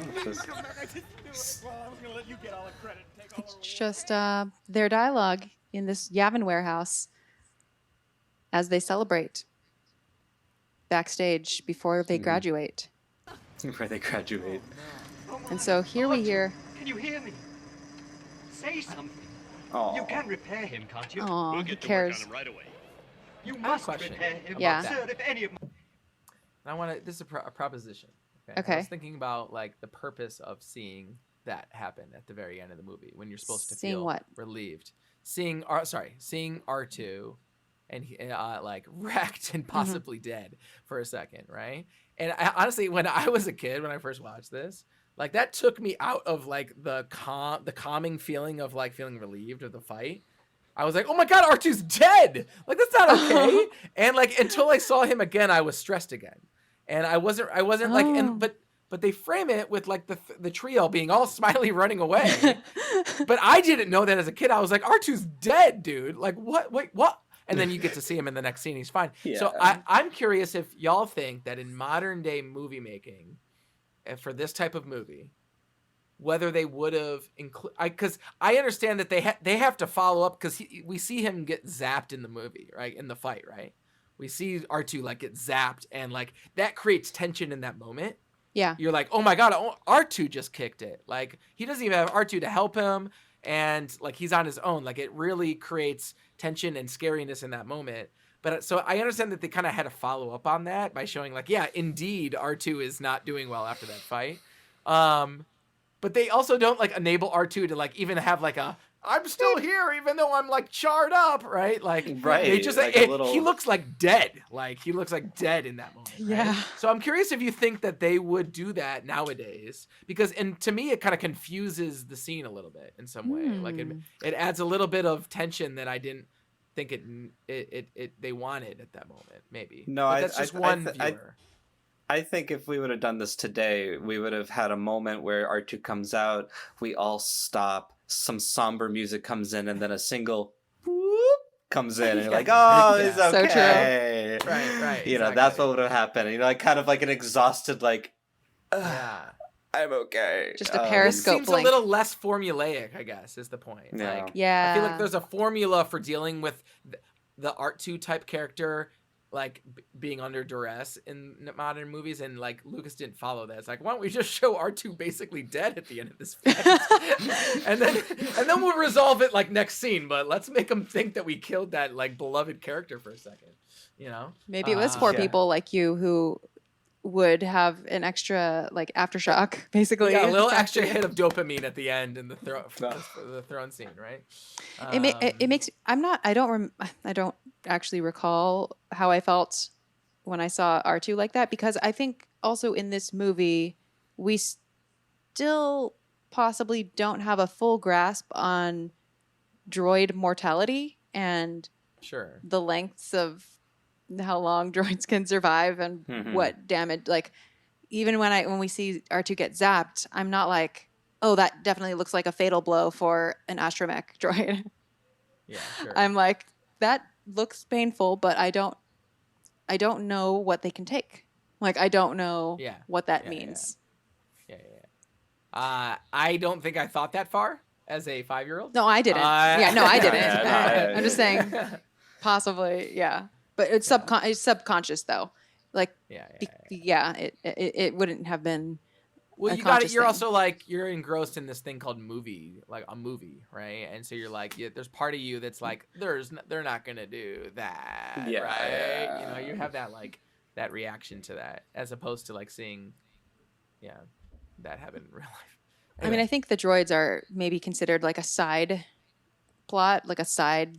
Yeah. A little bit more of a side thing. Like clearly this is a huge deal to see 3PO. And so at least like what I do appreciate is that it's not like we see R2 dead and everyone keeps celebrating. We do see someone on the other end caring for R2. So like it's not just left hanging there like we do sometimes when in Star Wars, here we go again, when like a beast is killed or something, or like there's some like monster and then it's maybe just like oh well. And if anything, like maybe we see like the Rancor Keeper being like sad, but like there has to be someone there to receive. I feel like it makes me feel better, at least that there's someone there to care, to be in Baby James's shoes there, and that's 3PO, being like, you know, suddenly I actually cared about my friend all along. It's sweet. Right. Yeah, that's true. Yeah. Okay. Let's keep listening. Oh, gotta love how Han comes back. He didn't do anything, but he's being celebrated. So Yeah. What do you mean he didn't do anything? He killed Vader. What are you talking about? Well, he Stop. supposedly knocked Vader away from us. He What are didn't you care talking about about? the He did money do that. after all. okay, fine. He did something. What do you mean he didn't But do you don't get a anything? theme. He doesn't get a No, theme. but the idea is that Luke probably wouldn't have been able to make that shot because Vader was just about to kill him. Okay. That was Okay. that whole scene. Okay. You're right. You're right. I'm just. Okay. I'm just. Han hasn't warmed. Remember the whole thing? up He's to like, me "I yet. have you now," and that's what that quote's from. Because he had him now. Tell me what happens in Star Wars, James. I was just like, "What do you mean he didn't do anything?" Okay. I'm just gonna keep This playing. will help our gladiator. He'll be all right.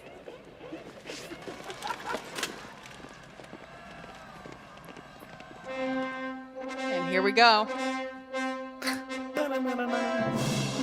Star Wars pomp and circumstance. And then, I was gonna say. do you hear that? Like, do you hear like the rebel chords like embedded in that? Yeah. No, Or- you know what I hear? What? I hear the beginning to the very classic, very well-loved entrance of the gladiators. Anytime I hear this, okay, so there's a march, a very famous concert march that that everyone associates with one thing, but it's truly about another I don't know thing. what it It's is. there's this march called Entrance of the Gladiators, and it begins bum ba-da-dum ba-da-da-da-da-da-da-da-da-da-da-da-dum da-da-dum da-da-da-da-da-da-da-da-da-da-da-da, and then immediately goes into which I would say is now associated with the circus and clowns, Right. but is hilariously actually titled Entrance of the Gladiators. And that's exactly how. So anytime I hear this beginning, I'm waiting for dun da da dun da da da da da da da da da da da da. This little chromatic Is that? drop. Let me Anyways. ask. Is that where that like melody first appeared? It's a Interesting. very thematic like fanfare thing. So who knows? No, I mean if the. that was the- Yeah, no, it's It's this originally mar- from it's this march. concert march called Entrance of the Gladiators. Do you know who it's by? That I didn't know that. Julius. I'm gonna mispronounce his last name, but Fuchik. I want to say Okay. Fucik. And so it's like concert band. So Yeah, it's not strings. It's like a band with like the flutes in the front and yeah. wow, I didn't actually know that. That's Yeah, really that's funny. a fun. Look it up. You'll have a good time with that one. That's funny. So here we have a very like Elgarian sounding march here. Mm. It's definitely, I'm sure, with copyright probably not, but I would say I'm guessing many high schools have replaced Pomp and Circumstance with this, but maybe not actually because of rights. But Oh, if only. yeah, but here we go. So the chord. That's the rebel. Yeah.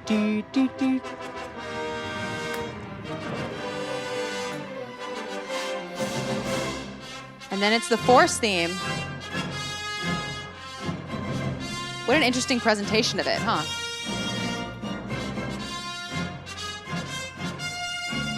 So those stabs that are like on the offbeats.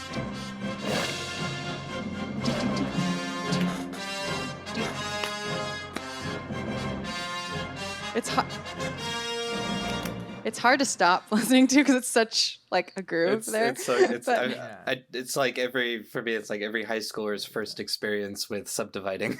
when we get to play this and they're like, oh, this is hard. Dun dun dun dun dun dun. 1 and 2 Dun, dun, and 3 dun, dun, and triple dun, it. dun, Yeah. And the main theme classically has these stabs in it. Right from the beginning. Boom. Boom. Boom.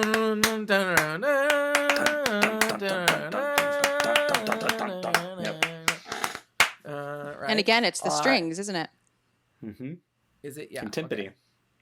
Yeah, and snare drum, and the snare drum part is actually pretty tricky, actually, with the grace notes that you have to play. I don't think I don't. Okay, grace notes like. Okay, let's hear it again. I don't know if there's grace notes in this part, but I'm talking about the main theme. Oh, okay.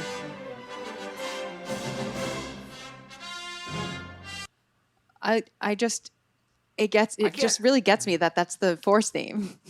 Yeah. It's the Force theme with the tetrachords of heroic dissension. And actually, that's another theme. That's another incidental motif.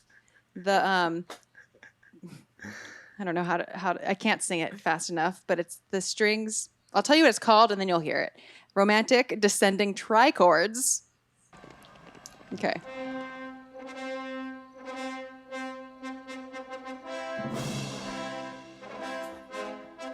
Actually, it might not be till main titles. But it's similar. It's here. This.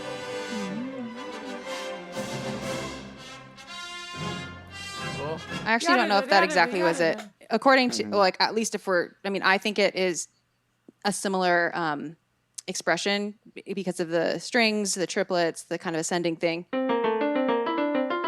But it's not the exact same notes as in the main title. But yeah, there definitely is like a lot of that romantic string stuff here. The rhythm is very martial, and it's funny because in Solo, a Star Wars story, there is a part where the Imperial March becomes diegetic because of the Imperial recruitment ad, and it's written in the style that is reminiscent of the Throne Room title, whatever this Throne Room thing. Both of them are kind of pomp and circumstance like, and we talked about this on this podcast with the guest Samantha Tripp. We talked about sort of how John Powell in Solo was taking one of John Williams's basically inspirations and influences, who is Edward Elgar, who wrote Pomp and Circumstance, and turning the Imperial March into something in the Elgarian Pomp and Circumstance style to make a sort of anti-British Empire joke by making it like literally part of the Imperial recruitment ad. So here, this is like John Williams genuinely just emulating Elgar. And this scene more and more, it gets me so curious because also I didn't know this until shockingly recently, but I guess shot for shot, it like follows some like Third Reich propaganda thing. Oh, have you heard of that? Really? No, I didn't. I have not heard that. That's unfortunate. Yeah. And just the whole martial like this whole the rebels, I guess. Basically, I don't know if we see the rebels in this militaristic of a style in any future film. What do you think? Yeah. It's weird, right? Rogue One for sure. Yeah. Okay. Yeah, I'd say that. I think that takes that to the nth degree, in terms of highlighting the militaristic quality of the rebellion. Right? There's like everything that's negative about the military is shown about the rebellion. There's like backstabbing and killing your own people for not getting rid of not dispersing information. There's like assassins and. So anyway, I think that one, yeah. But but I guess not like timeline wise. Sure, yeah. It's like so formal. It's very interesting. Well, yeah, I mean, we see little hints of that in like Last Jedi, where like Poe isn't allowed to have any information about anything because he ranks low and he like lost his rank as commander, right? But I mean, it's formal. Like literally, there's medals. They're like Leia's wearing a dress. They're like marching down a thing. It's a whole ceremony. Like that's sort of what I mean. Is like it's so formal, like and presentational. I don't know. It's something about it feels a ceremony. It literally is ceremonious because it is a ceremony, right? I guess we just don't have the opportunity for ceremony anywhere else, right? It's like just looking at the plot of the rest of the movies, everybody's like either on the run or they're like, even when they win at Endor, they're like in the forest, right? So it's not like they have their guns about them. So this is like, this is like the rebellion at its most highest peak of being able to actually like, we have everybody here at our base. Yeah. Let's do it right. Let's give them a medal and let's line the troops up because we can. Oh my goodness, right? Yeah. It's almost like at Endor, they're like, dude, we're just like in the forest with these teddy bears. Let's have a bonfire. That's the best thing we can do right now, As opposed to this moment where they're like, the rebellion hasn't been like picked apart as much as they have been by Empire Strikes Back, you know? So, but I hear you. It's creepy and weird because of the imagery, you know? Yeah, but that's my canon explanation for that. And by the sequels, they basically just barely decided to show us the the Galactic Republic military forces. You know, they were basically like, let's blow that planet up and let's not show them that at all. You know what I mean? Yeah. So I'm not gonna go down that road, but anyway. I mean, I guess what I'm trying to say is, like, if there was any opportunity for them to show us that in the future, it could have been the sequels, considering that the Republic was supposedly the dominating force in the galaxy by then, right? So, I think from a filmmaking perspective too, with the story, like A New Hope is such an encapsulated sort of story where the end is it feels like a decisive victory. It doesn't necessarily feel like there's so much more. That's what I was gonna say. Is like, it's almost like if we pretend we're never going on to another movie, it feels like the rebellion is now the new established government and they're great, you know. So you have a sense of like security in their victory. Like, it's a pretty simple story. Yeah, because you're like, oh, we're obviously the bad guys have all been blown up. And now the good guys have their own little fortress and a little ceremony. And yay, we won. Done. Yeah, we won. We won, it's and we done. got prizes. And then a year later, they're like, "Oh my God, thanks for all that money. I guess we'll make some more." Yeah. So yeah, I'm gonna read what it says on Wikipedia, which, let me see what the source is for that. Well, okay. Okay, so the end ceremony segment emulates almost shot for shot a similar scene in Triomphe de Willens, a 1934 Nazi propaganda film made by Leni Riefenstahl.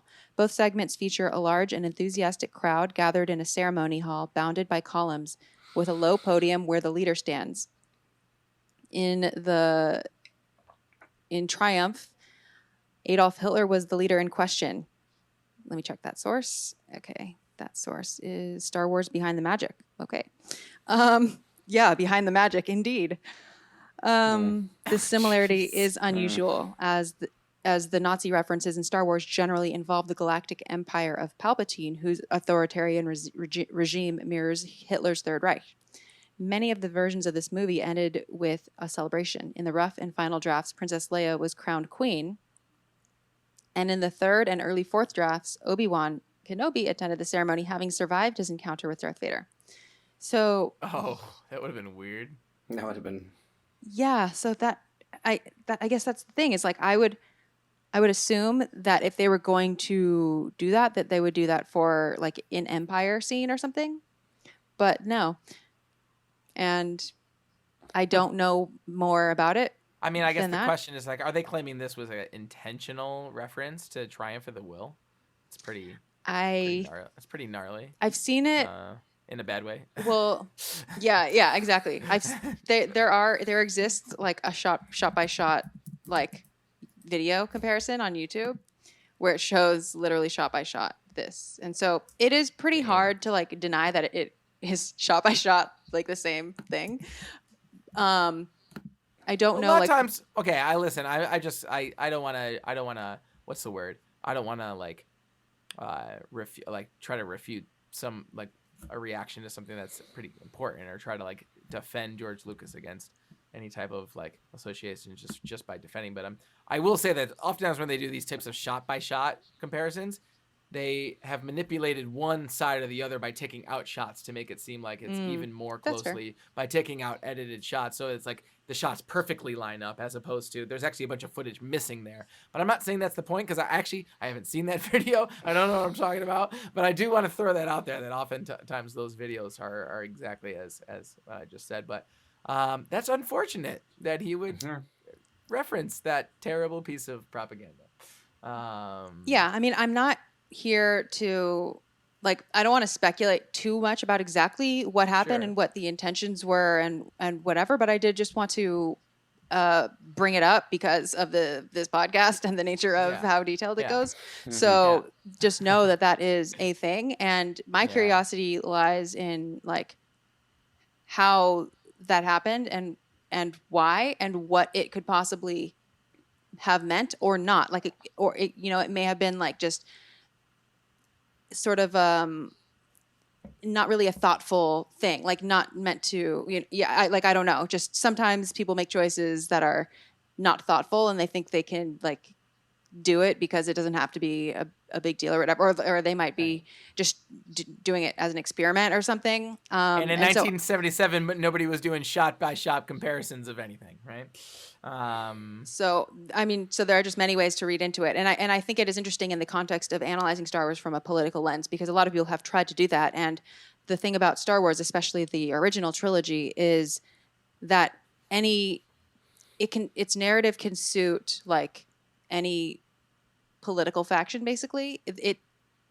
Or even if, regardless of whether it can or cannot, it is co-opted by all people from all ends of the political spectrum. Like it's funny, like one side will be calling the other side rebels, or everyone thinks of themselves as the rebels and the other side as the authoritarian like empire or whatever. For sure. Something that George Lucas doesn't get enough credit for is how, for the simplicity in the political messaging of the original trilogy, I think the prequel trilogy adds a lot more complexity. Yeah. So. Yeah. Agreed. So that's what I wanted to say about that. So let's talk about the music real quick in this throne room scene. Okay. Yeah. In terms of like, okay, we mentioned diegetic. I don't believe that this music is diegetic.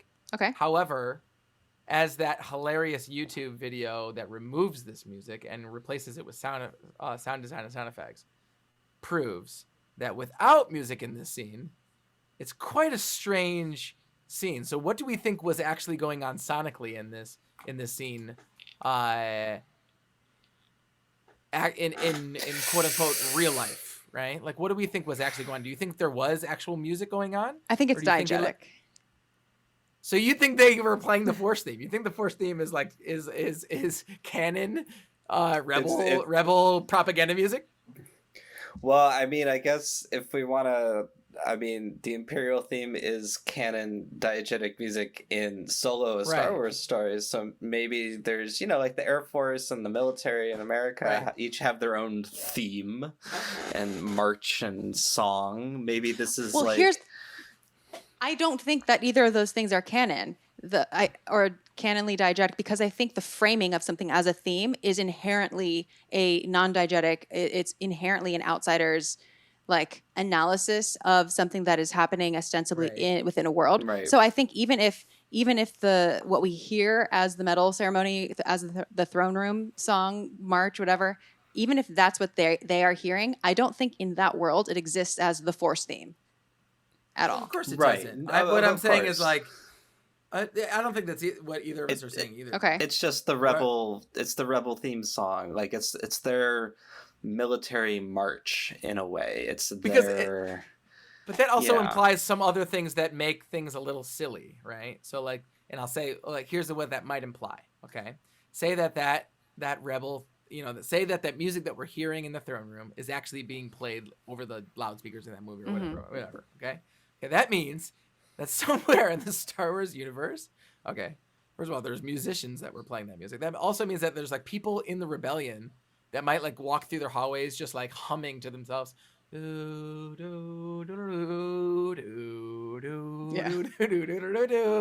they like remembered like during their like throne room rehearsal that they had like okay, fair enough. Okay, and isn't that a little silly to imagine that there's like people in the rebellion walking through the hallways humming the Force theme, right? We know as the Force theme. I was on board. That's why I added that little thing, because I knew that you were going to get annoyed that I just called it the Force theme, because you're going to be poking like, the bear and I'm theme. the bear. Okay, well, here's the thing. Like when I say like that it's diegetic, I don't mean exactly what we're hearing. I mean like the standards of like specificity fall way to the wayside when I think about like whether part of the score is diegetic or not. Same with like whatever we hear on the Ewok planet. I mean, victory celebration is obviously non-diegetic, but like when we hear on Naboo the Augies, like that is a combination. To me, that is also diegetic, but not diegetic in the same way that this might be. What I'm trying to say is I think that they are listening to something, and I think that something is a margin. I think that something that they're listening to is basically of the same pace. Now, whether it's orchestrated that same way, recorded to the same quality, exactly as big or full, and as all-encompassing and has that same ending and the exact same timing as what we're hearing, I don't think so. But I think we are hearing an amped up version of something that they are hearing. And that's all that I mean. And same with Augies. Like, I think there is that little marching band on the street in episode 1 playing, ah, and I think there are people singing that, but I don't think we hear as full of a version that we the audience hear. It's like light. It's lightly, yeah. Yeah. So, you know what I think? You know what I think? What? Okay, here's my opinion. Okay, You're smiling. Okay. My opinion is your opinion. Okay. But I don't think that the themes are the same. I think that it's like something that sounds like a lot. So when like you that. say theme, you are implying melody, right? Yeah, I'm talking about the motifs, aren't there? So I think they're listening to Pomp and Circumstance. That's what I think. I think they're actually listening to the straight up Elgar in the actual canon. No, I'm kidding about that. But I actually am saying, like, if you had to ask me like what's canonically happening in that scene, I don't think the band is playing bam, bam, bada, bam. I don't think like that's what I would say is not happening. But I would say that there is like a version of what we hear, maybe orchestration and instrumentation wise, it all sounds basically the same, but like the melody's different. That's what I'll say. So the vibe is the same. Okay. I mean, that's basically what I think too, except I don't think the melody necessarily needs to be different. I just think to them, the melody's not important in the same way. The only difference between our opinions is that it weirds me out that melody like exists like canonically in the Star Wars universe. But to them, I'm saying to them, they might not even notice that it is melody, just sort of like how someone doesn't know that it's the heroic descending tetrachords. Right. I'd agree. But like maybe they put on like a station, like maybe they have like a Spotify playlist for like ceremony music or something, and one of them just like happens to come on, and it might just be like do do do do do do do. But it's kind of just like all in their march playlist. Like who actually remembers all these marches? They don't get to do that many of metal ceremonies. All right. So you're saying that it's not as ubiquitous as Pomp and Circumstance in the Star Wars universe. It's just like March number 25. Yeah. Okay. No, Star Waver is playing in the background the entire time. They just didn't know them yet. I see. This is a worthy, needless disagreement, and I love it. It's awesome. I love it. Here's the ultimate failure, or not failure, but the tricky thing about having diegetic music in movies that aren't very realistic is that they still need to make the music somewhat fit the action of what's going on to a certain extent.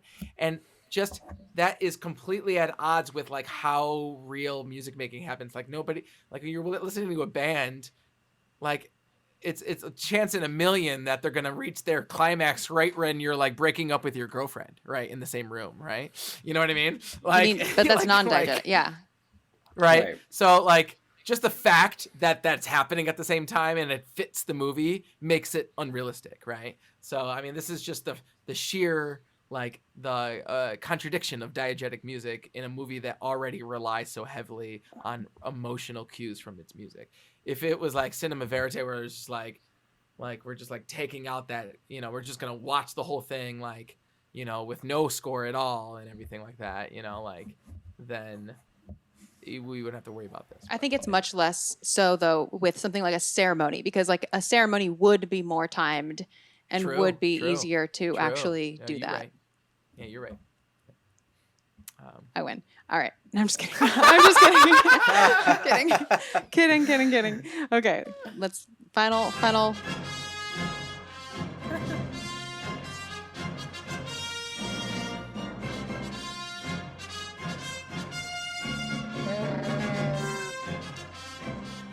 That chewy growl. Because he didn't get a medal. He doesn't know yet. Can you see what's happening in your mind while this is playing? They're walking down. So we get. This is where we're get into the B section, yeah? This is super pomp and circumstancy. Yeah. It's so. Now, this is no longer the Force theme. This is a theme or whatever. This music is just for the throne room.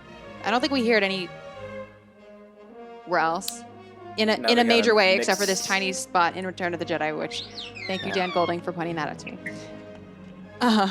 And this is what part of the main theme, like a B section of the main theme. Yeah, good point. Oh, yeah, good point. Because we really a mix rarely of- hear that. Yeah. Yeah. So I feel like that part of the main theme doesn't get enough love. Yeah, exactly. And its permutations like anywhere else in the like anytime they want to quote the main theme, they always quote the A part, not the B part. Yeah. But I feel like I like the B part. I think in some ways better than the. But the B parts of themes are often. Oh, it's gorgeous. I can't think of a single theme where the B part is quoted more than the A part, though. But in this, Sure, but I just mean like I don't even hear it get any love anywhere. Yeah. You know, it's like you think that they'd throw it in somewhere. Yeah, it only happens in the swashbucklers queue when they're when they're in the chasm crossfire. But that's I think that's it. Gotcha. Cool.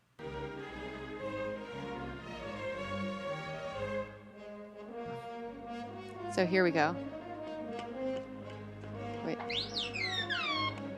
Artoo's fine. Oh, good. Sounding chipper. I love the Everyone way that melody smiles. just like goes down there. And it kind of works. It doesn't go back into the A theme. It goes back into the throne room. The B, it's like the B theme is interchangeable. Yeah. And that's it. Yep. Then it's going to be credits. Gorgeous. Da, da, ba, da, And the reason why they do that is because they're saving the main theme for the credits, basically, right? Yeah. Oh yeah, good point. But That's good. yeah, that's a good point. But what a way to end a movie. But can you go? Wait, what was it? Can you just hear what you just said, real quick? What was it? What did I say? Yeah, what was the last thing you just said? What? Oh, wait, I think I said what a way. After I had said the thing about the main theme coming in the credits. What? Did I say you're right? Oh my god. Good point. Xanthe said good point. Xanthe said I had a good point. We're not friends anymore. We're not friends. It's a rare occurrence. That is not true. I give credit good where credit is due. listeners. I'm just kidding. I remember when we sound checked in the beginning of this episode, you're like, we might get like disagreeable, so let's make sure our thing. And I was thinking to myself, what could I possibly disagree? You reminded me now because we're gonna get to the Star Wars music questionnaire soon. Star Wars music minute questionnaire. Okay. Well, first, do either of you have any final thoughts about A New Hope? Or this set of minutes. Music? Well, first of all, you have done such amazing work this whole season. So, you complimented me. Yeah. I don't know what to do with that. Thank you. On air too. Look at that. Oh my god. I compliment them all the time. Constantly impressed by Xanthe. Yeah. So. Final thoughts on New Hope. Who knew? Who knew? Yeah. Back then, who knew? Oh my goodness. Going back and watching this, and right. Even after knowing what we know now, knowing what we knew then. Right. Now, Justin, your parents are Star Wars fans. Yes. Yep. I was introduced. Did they know? Did they know? No. No, I think I remember my dad telling me about that, him seeing it in theaters for the first time and just coming out going, wow, that was cool. And that was it. There's one movie. It was a movie. I had a high school teacher that would constantly joke, it's not called A New Hope. It's called Star Wars. That's what Pete and Alex from Star Wars Minute say. It's called Star Wars. Really? And that's it. Yeah. There's no such thing Star as Wars, A the New motion Hope. It's picture. Yeah, that's the joke, Okay. right? Star Wars, the motion picture. I think by the time I was old enough, because when was it actually dubbed A New Hope? By the time by re-release, once Empire came out, or was it later? I'm actually Like, not sure. I know that Empire was episode 5 from like release. Like Mhm. like it literally said Empire or like episode 5 in the crawl when it was released, which I know confused some people, because they're like, what? Did we miss some? But I don't. When was the A New Hope label added? I actually don't Uh, really know. Yeah. But I remember as a kid finding that out, and I remember maybe I must have found out old enough to the point where I was like, that seems like a marketing decision. Are you serious? Because I think when my parents showed me Star Wars for the first time, they were like, this is Star Wars, you know? Yeah. And didn't tell me. I don't think they knew it was called A New Hope. My parents were never like, they were into Star Wars, but like not nerdy enough to know that it's called A New Hope. They were like, oh, it's Star Wars, and you know, so Yeah. Interesting. Okay, well, I don't really. Yeah, I don't know how I first started watching Star Wars. Really, my parents didn't sit me down and say you're watching Star Wars. Yeah, they didn't really know, but having like older brother definitely helped. So, do you feel ready to go to the Star Wars Music Minute Questionnaire? I think so. I think so. All right. So the Star Wars Music Minute Questionnaire is a set of 3 questions that I ask every guest who comes on the show starting this season. This will be each of their first time answering it. And James will go with you first, and then just like I'll do each question, and James, you go first, and Justin, you go second. Okay. Do for every question I go first? Yes. Yeah, why not? Okay, sure. We can switch off. Justin can no. Okay. Well, then Justin should go first this first question then, and then I'll go first next time. Okay, Justin goes first this one, and then James goes first the next 2. Okay, sounds good. The next 2, okay. Okay. All right. Question number 1. In exactly 3 words, what does Star Wars sound like? Pew, pew, pew. Exactly. Yeah. That's All right. That's, yeah. Now, before we started recording, James told us that he had a really cute answer for this. Yes, I do. I told you also not to say that, but yeah. And then I said, we'll see how And then- friendly and we then are said by it. the time we get there. Oh, that's what you said. Okay, Yeah. okay. We're friendly. No, we're friendly. Aw, see, we got this. Okay. In exactly 3 words, what does Star Wars mean to you? Or what does Star Wars sound like? Okay, you ready? Mhm. The Band Batch. Okay. Nice. That's what it sounds like to me because, and the reason why I choose these 3 words, is because I didn't ever consider that question like consciously until we started doing this. Okay. And so when you asked me, like, I probably would have had to think a little harder about that question had we not start this podcast with you, and started like dissecting Star Wars sounds and music. And I think I've said this a number of times where like I'm a musician, and until I started like talking to Xanthe, I never really dug into any of the things about this franchise I love that directly relate to my like livelihood. So I say the band Batch is what it sounds like to me, because when I think of what Star Wars sounds like, I think about the wonderful fun times I've had digging up and analyzing the scores and sounds for this podcast.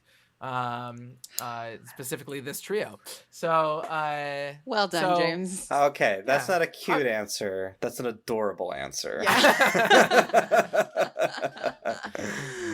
Okay, context. When we do our live streams, again, they're not like on the audio feed, but they're live streamed on YouTube when shows come out. The name that we call ourselves is the Band Batch. You know, like the Bad Batch, but the Band Batch. So that's what that means, and it is an adorable answer.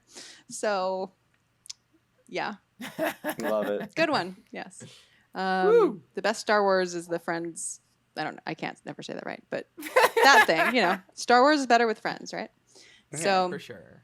Question number 2, what's something related to Star Wars music or sound that you're curious about, want to learn more about? Yeah. I signed myself up for the first time on these questions, right? Yeah. Yeah, I did. Okay. You know what? I'm fascinated by John Williams's I know this is like how things used to be done. I'm just fascinated by the idea that this dude like handwrites all his scores and like gets them out to his musicians, and like I am so fascinated about about his process of writing and what he uses to write, considering what I know, the little factoids that I know about how he writes it, considering that to me it's hard to imagine someone writing these types of things in the amount of time that they're written without the aids of like all the, I mean, I'm sure he uses digital interface. I'm so curious about his process. That's, I guess, the best way I can put it. I just would love to be a fly on the wall and know a little bit more about his process, and also the scoring process of working with him. You know, it's just, it's pretty awesome. So what I hear. So that's what I'm curious about. What about you, Justin? Kind of the same answer, but in the line, the sense of the sound effects. I've read how a lot of the sounds were made, like reading about the TIE fighter sounds and knowing that it's a elephant crossed with a car skidding across wet pavement kind of a thing. And that's cool, but I would love to be, like James said, a fly on the wall of the process of, okay, here are these two sounds. Let's put them on top of each other. Yeah, that sounds like a spaceship ripping through space in a battle. And then sitting there with these sounds to a movie and just going, I don't know, playing them on a keyboard or tape players or however it was done, or, you know, tape recorders, how it was done, and just sitting there and making all the nuances so it's not just the same little blip every time. Because we weren't really, as we would say, dropping samples in at that point. It was, you had to sit there with these elephant calls and generator sounds and sit, you know, and play them to the movie. Like, I've seen a great version of this clip of Jurassic Park in the 90s of them putting animal calls on a MIDI keyboard and playing musically the dinosaur calls to the scene. That's so cool. I want to see this in the Star Wars sense back in the 70s. I want that keyboard pre-programmed. I want that keyboard too, right? So that's kind of what I would love to know more, is like, what was the actual process of doing the Foley for this, you know? So the sound, the design, and the Foley. I like it. Last question. What is a score or soundtrack that you're fond of? Doesn't have to be your favorite, but one that you're fond of besides anything Star Wars. James. I'm up again, huh? Yeah. Okay. I have an answer to this, and it's a little alarming, but it's probably not. Okay, so one of my favorite pieces of music that I've heard recently from a score is from a very disturbing movie. And it's from Hereditary. I don't know if you've seen this movie, but one. Colin Stetson scored it. Okay? I love Colin Stetson. Oh my god! Well, then you should go and just listen to the credit. But I can't watch horror movies. Well, don't then just listen to the score, because it honestly, I think I like the score better than I like how it fits. I mean, it fits the movie amazingly, but I think I just like the last piece of music that happens in that score in the very last scene is haunting and beautiful and terrifying, and it is just like, oh my god, it's, okay, I'll give it a listen. Yeah, Hereditary, and let me just actually give you the actual track title. I think it's called Reborn. Okay. Which is the last. Is that right? Let me just yeah. I think that's right, and it's quite honestly so unnerving. Yeah, it's pretty gnarly. He did the Whale Songs album, right? Would you say? He did the Whale Songs album, right? Yeah. I think so. Okay. What is it called? Whale Songs, or is it? I don't know. I just know the Whale Songs. I don't know. Right? That doesn't sound super familiar. But that's okay. That's okay. Yeah. I like Colin Stetson though. What about you, Justin?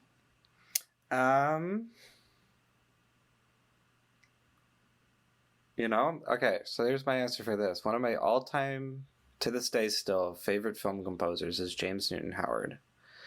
And I'm a huge fan of almost everything he's done. And one of my all-time favorite scores, in the same way where I can kind of disconnect it from the movie, for many reasons, is the soundtrack to M. Night Shyamalan's The Village. It is by far one of, just by itself, if you took it away from the film and all of that, by far one of the most gorgeous soundtracks I've ever heard. And it's heart-wrenching, and it's mysterious, and it's creepy, but there's a particular track called The Gravel Road that is absolutely amazing, and it famously features a lot of violin played by Hilary Hahn as the lead violinist across the entire soundtrack. And it is absolutely one of the most gorgeous things I've ever heard. Awesome. Those are good picks. I actually really like The Village. That's the thing. I love that movie. Oh, I like it too. I'm a big fan of Shyamalan, but I think you can very easily take that score away from the film and not miss the film. Is what I'm saying. It could stand alone. Agreed. But I'm a huge Shyamalan fan. I'm an apologist, as you would say. For I'm a Shyamalana apologist. Shyamalan apologist. But the soundtrack to The Village is one of my all-time favorite soundtracks. Cool.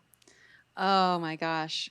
It's been so much fun talking to you too. It's been a while since a show has come out. I mean, how are we doing this with a month or 2 months off from some new Star Wars content? I mean, I know. We're gonna get... I don't know. It's tough. It's tough. It's tough. Well, where can people find you and your work online? You can find me up on YouTube, JC Scheid, Scheid. You can type me in there. You can find me up on Bandcamp under the pseudonym of Rain Goat Music.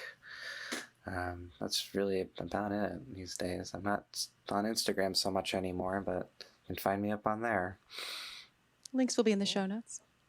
You can also check out Justin and my collaborations that we've done. Yes. Most notably, the Carol of the Bells. Carol of the Bells for an hour. I loved it. Synthtastic.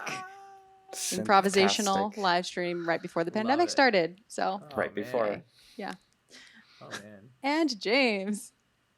Yeah, you can find me just about anywhere at James Waterman Music, except for Twitter. You can just find me at James Waterman there. But you're not going to catch me tweeting very much. Except you tweet at me sometimes to like call me out on something that I tweet. Yeah. So thank you, much appreciated. Well, that's what Twitter's for, right? It's like this is the reason why I don't actually tweet, is because people call you out on stuff all the time on Twitter. So there you go. But yeah, JamesWatermanMusic.com or at James Waterman Music on anywhere else. So. And I'll put links to James in the show notes. And of course, you can check out. I'll put all the playlists to all of the commentary that we have collectively done, the three of us. Every single Bad Batch, every single Bad Batch season 1 episode, every single Visions episode, and every single Book of Boba Fett episode, we have done detailed music commentary on those things with little musical quizzes too. So yeah, that's like our obsessive Star Wars TV weekend project. Also, nope, it will be too late. By the time this comes out, James, you and I will have already had our concert. Well, James and I will be playing together pretty soon. Very soon. And you can find Star Wars Music Minute in all of the places, depending on the week or month, or if I'm moving to a new city or not. I'm more or less active, but you can, why are you looking at me like that, James? Are you thinking of moving to another city again? I already did. Okay. Yeah. That's what you were referring to. You're not considering moving again. No, I'm not going to move again. No. No, don't worry. And if anybody happens to be God forbid. around Anaheim for the Star Wars, Oh my gosh, we're gonna be at Celebration Star Wars Festival, Celebration. we'll have a live yeah. appearance. I mean, not officially, but we'll be there if you point us, if you find us, you know. Yeah, we'll be there on Say hi. Bring a Thursday. table and set up an unofficial booth. Unofficial Yeah. Star Wars Music Minute booth. Yeah, you'll might We'll see we'll us sign there. autographs as the band batch. As a band Don't batch, worry. No, that'll probably get us kicked out. But we will be there at Star Wars Celebration We on will be Thursday. there. So yeah, say hi. Yeah. And with that, we have one more episode of A New Hope season on Star Wars Music Minute. Unfortunately, it will be just with me, these lovely people, and no other guests will be joining me because I have a season's worth of backlog of questions and comments from listeners that I really need to get to. And plus, I want to do some like recap. I want to recap some of the themes that cropped up over the last several months. It's been like, I don't know, 6 months or something, and kind of do a nice little ending episode to tie everything up. We have already begun solo season, so yeah, check that out in the same feed that you get this podcast. And with that, see you next week on Star Wars Music Minute.